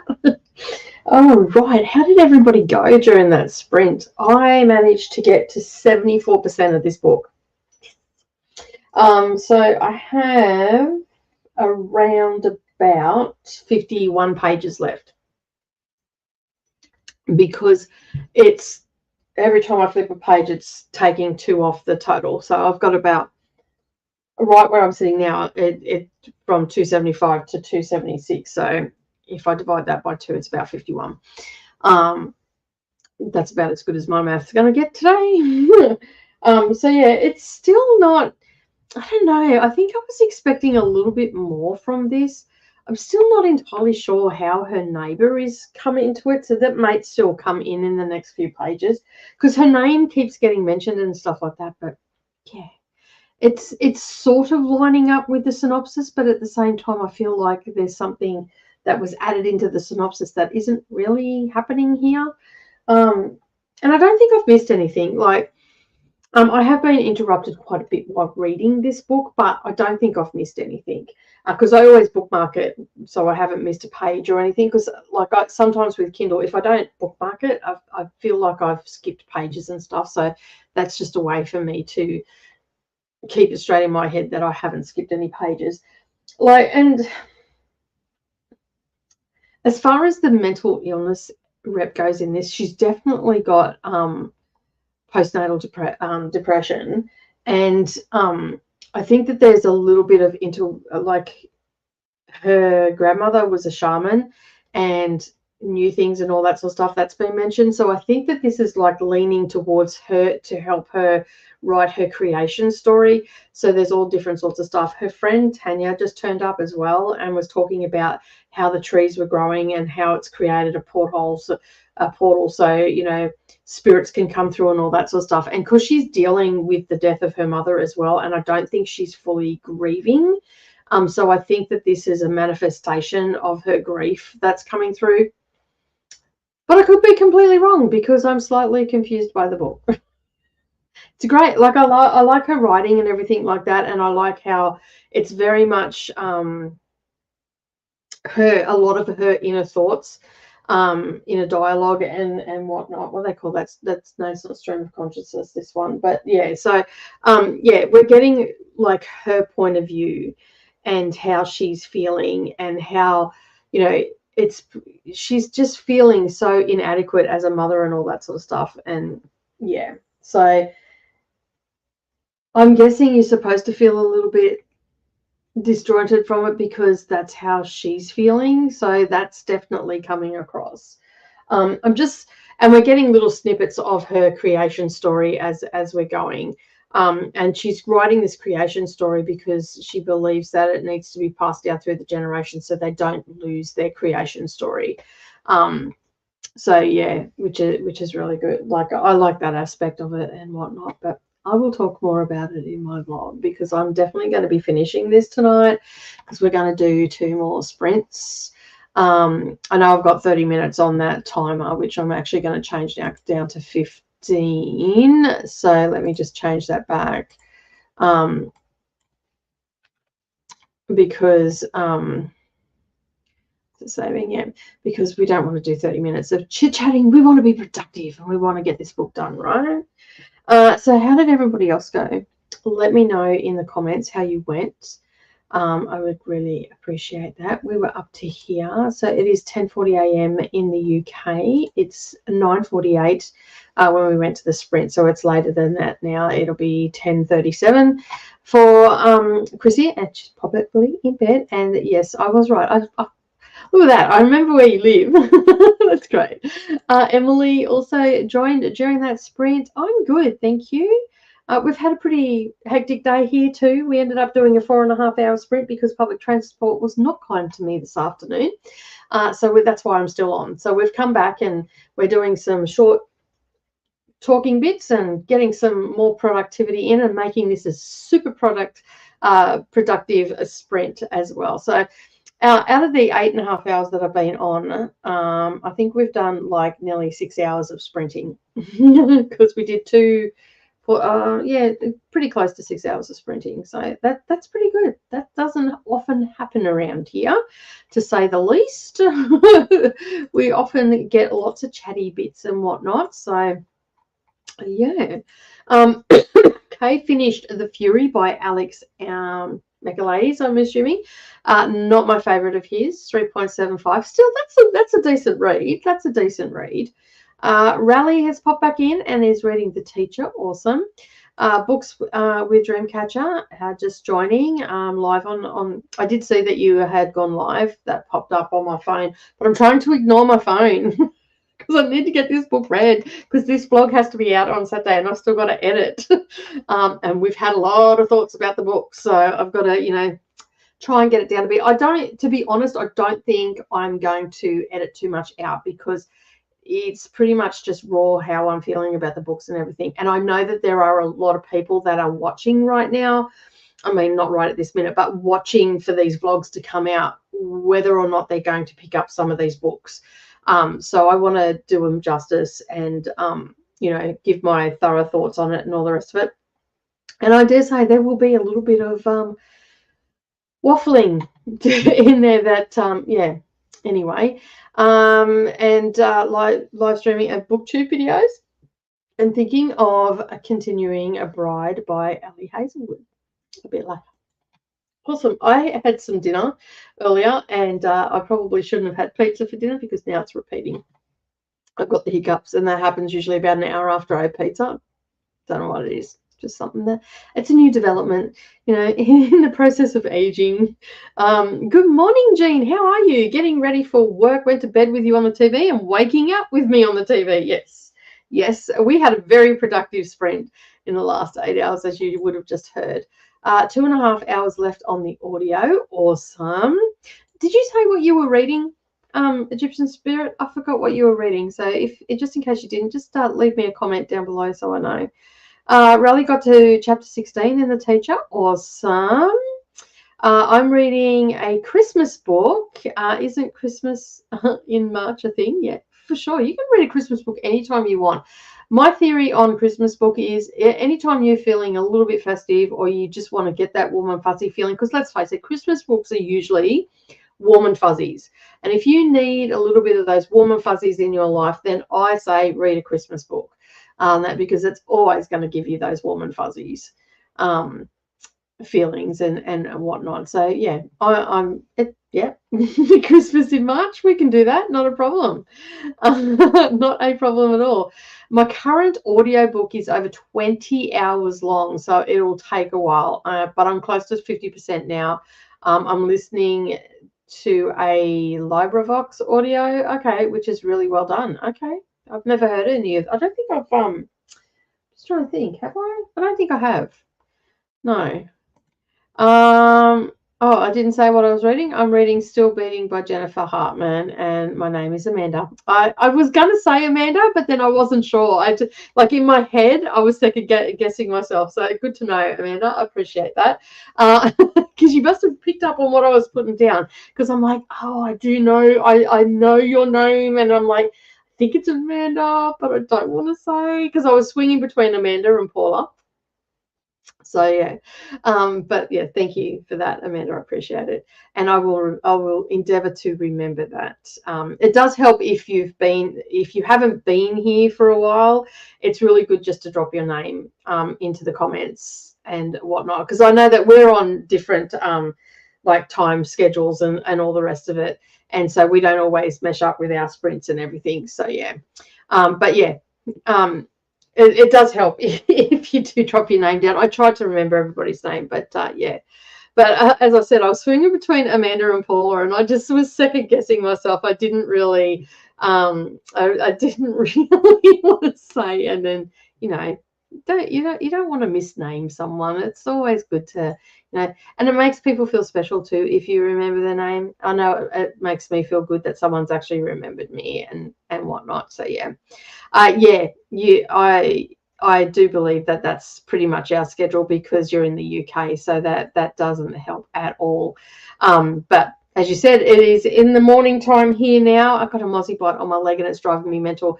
I really got to stop scratching it. I actually think it's a flea bite, not a mozzie bite, because I generally don't get bitten by mozzies. So yeah, and they've got a dog here, so I think the flea bit me. So yeah. Well, I never get offended if you call me the wrong name. That's okay. I don't get offended either, but it's always nice to be remembered by your actual name. I always appreciate that when people remember my name, and I like to do the same for other people as well. So as I said, I've got about 51 pages left in this, and so right now what I'm doing, because several of these books have no audio with them, and are only available on Kindle or whatever. Basically, with the ones that I've got to read with my eyeballs, I'm slotting them in with other audiobooks as well. So what I'm trying to do is read them as I'm going and still listen to the audio. So right now, I'll finish this one, and that'll be 3 that are fully finished off the list. And I think I've got about an hour and a half, maybe 2 hours left on A Trace of the Sun. And yeah, so basically once I wake up in the morning and I've finished this one, it'll be on I'll be on back onto audios again, and then that way I will be able to catch up, because I'm trying to do 3 books a week, and in the last week I'm going to do 4, because the last week I actually have a little bit longer than a week. So yeah, so and I don't want to do them. Last year I did the Women's Prize for Fiction list in 4 weeks, actually less than 4 weeks. And I just felt like that was a little bit too fast for me. So what I'm doing this time is I'm doing 3 at a time, and I'm spreading it out over 5 weeks, because we actually have closer to 6 weeks, almost 7 weeks before the shortlist is nominated. So that gives me the 5 weeks, gives me time to read the books a little bit slower, enjoy them a little bit more. I mean, I still enjoyed them, but just savor them a little bit more is probably the better word. And vlog about them and get that video out. I was going to put it out on Thursdays, but it looks like it's going to go out on Saturdays instead. I think that is better, more achievable for me, because I've got other things going on. I've got NetGalley Reading Diaries vlog that I'm doing. I've also want to do some Stella videos as well. They probably will just be a monthly one. I've still got to edit my buddy reads from, I'm about 2/3 of the way through of editing that, because there was a lot of buddy reads that went on in February. And I did have a couple of leftovers from the Battle of the Girl Band that I actually have done, but I haven't put into a vlog. So I'm going to add them together, and it'll be a mix of what I read after the readathon and the last couple of books that I read from the readathon. So yeah, so I've got a lot happening. So what I want to do is just savor these books a little bit more. I started listening to A Trace of the Sun today. I thought it was an immigration book, but it's not. It's turned into something completely, started out that way, but it's turned into something completely different. It's more about, again, that theme that is running through the Women's Prize for Fiction, how it's like the theme of family, the turmoil of family, all the things that happen around family when there's, you know, some trauma that is caused by, like, separate. This one, A Touch of the Sun, is like delving into trauma from separation, like separation trauma. And because the parents left the son behind with her sister, and it was 7 years before he could go to the UK. So yeah, as I said, I'm only about halfway through it. I am enjoying it. But it's just that family dynamics theme that's happening in it, and you know, we've got the family turmoil and how it's all blown apart and all that sort of stuff. So yeah, that's sort of where we're at with that. I have no idea what page, because I lost somewhere in the house. That's fair enough. That's fine. But I'm listening to the audio.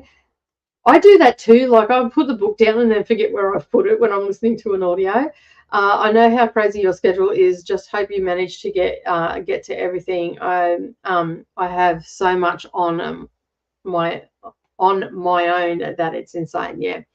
I just plan everything out. Like I don't have my diary and pages and everything that I normally have here right now because I'm on location. But yeah, I just try to fit everything in where I can. Let me just pause that and restart that. We've got to the end of the chatty bit, and we're also at the end of the comments. So we're going to go for another sprint. Fingers crossed that I can get this book finished. But yeah, let's do another sprint and see how far we get. All right, I will see you all in 45 minutes.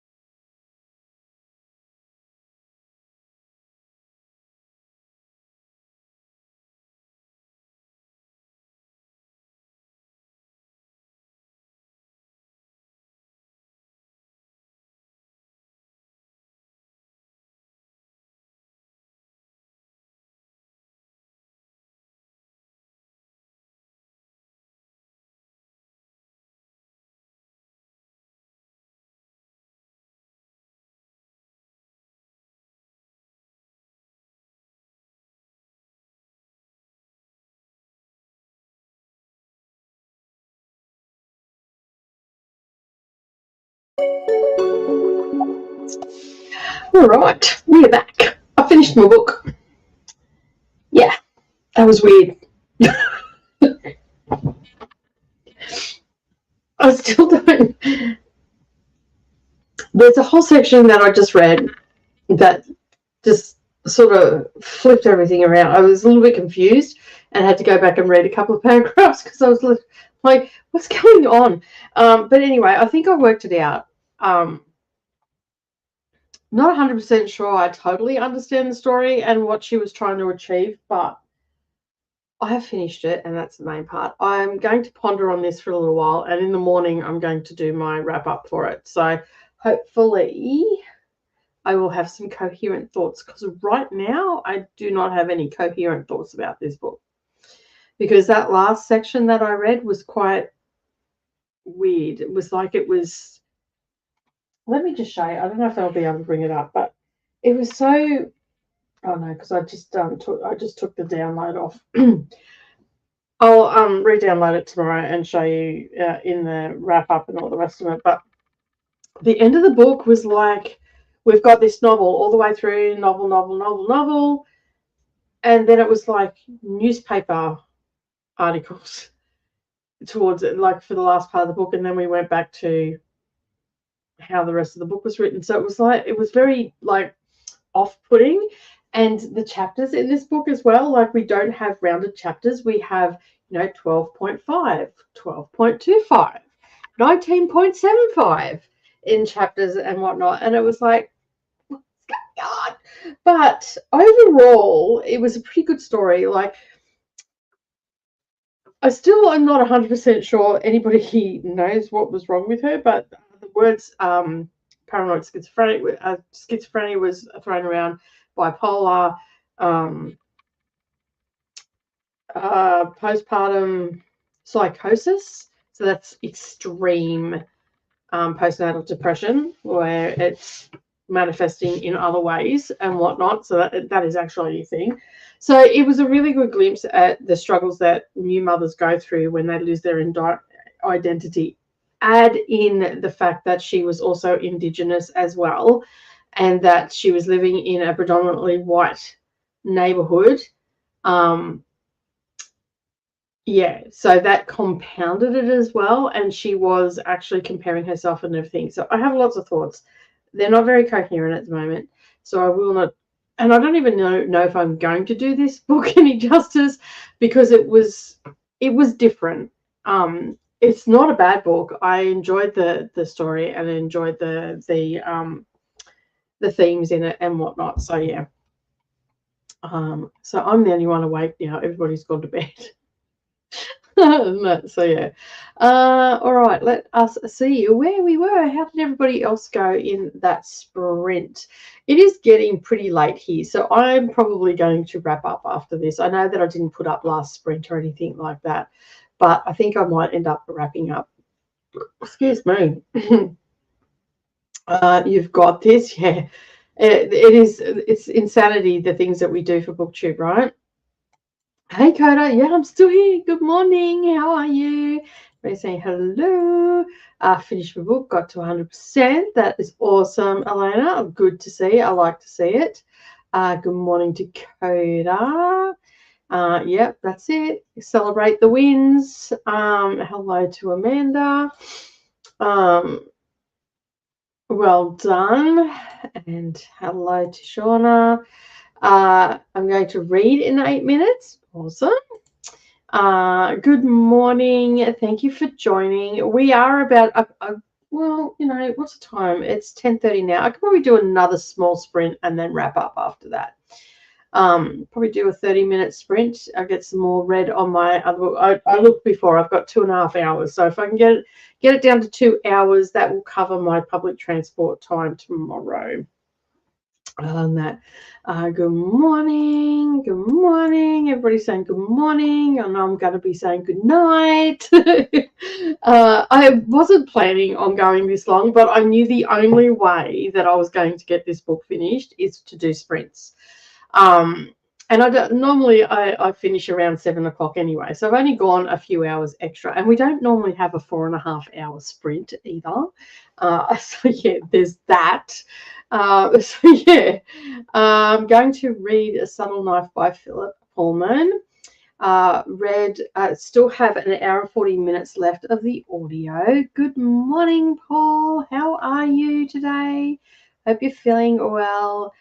Finished my study for the night and ready to read. Awesome. Hello, read 2 chapters of Date Inked in Blood. Oh, A Fate. I see the correction down here. A Fate Inked in Blood. Really loving it so far. Awesome. That is brilliant. I am going to be reading A Touch of A Trace of Sun. Is that it? Let me just bring it up because it's on my Everand is what the words I'm trying to say. Let me just have a look.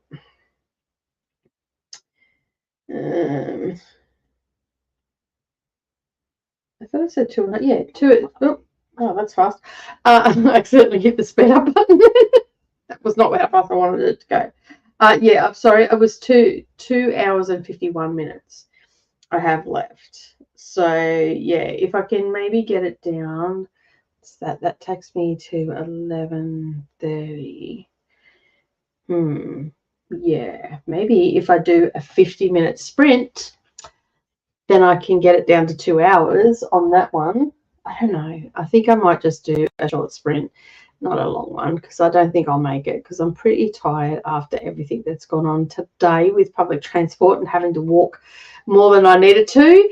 That was not fun, I can assure you. All right, let me reset the timer. We're going to do a 30-minute sprint, and then we'll come back and we're going to wrap it up for the day.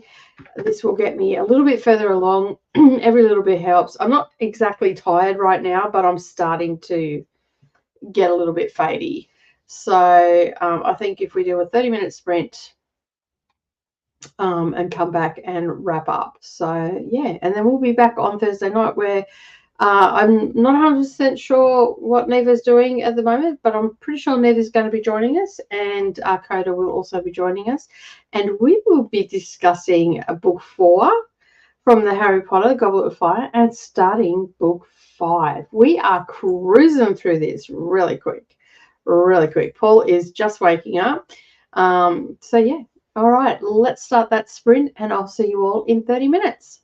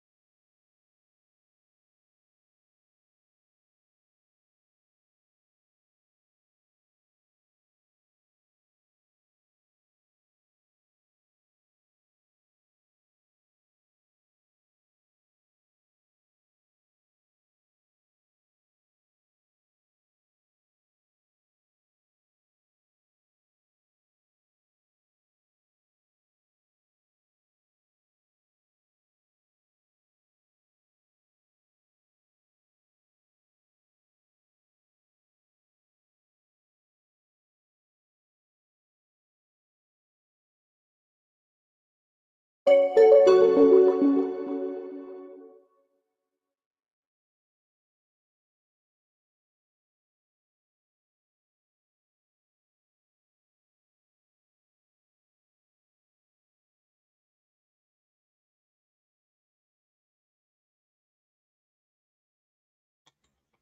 right. I got engrossed in my book.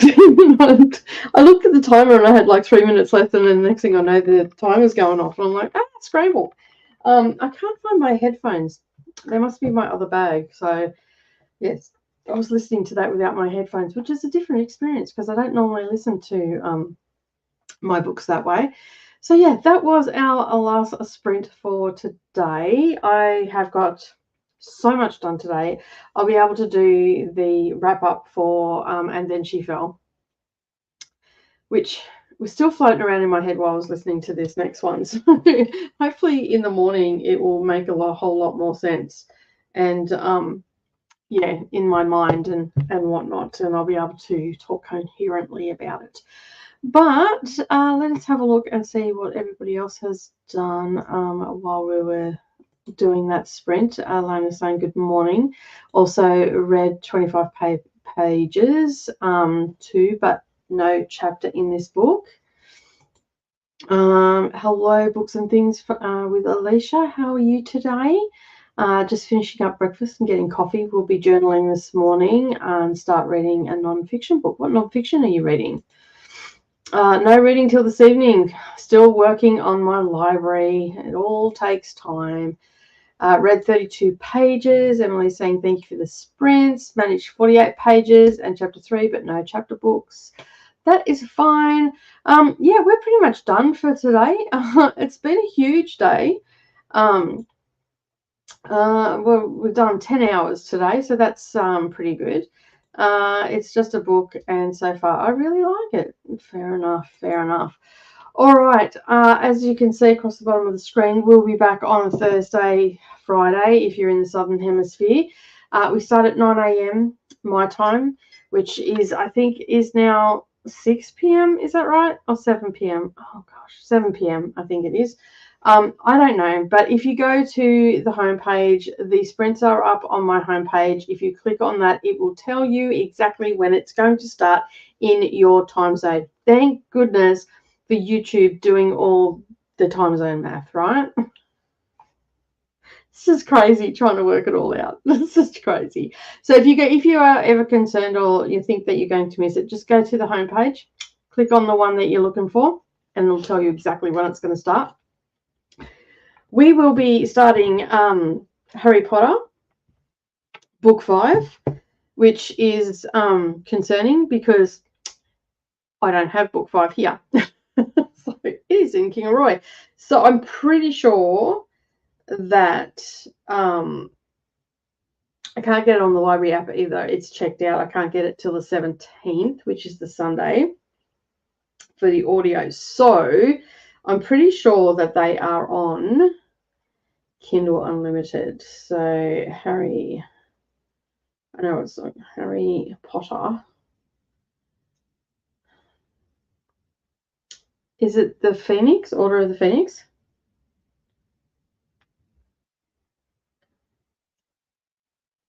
I think it is.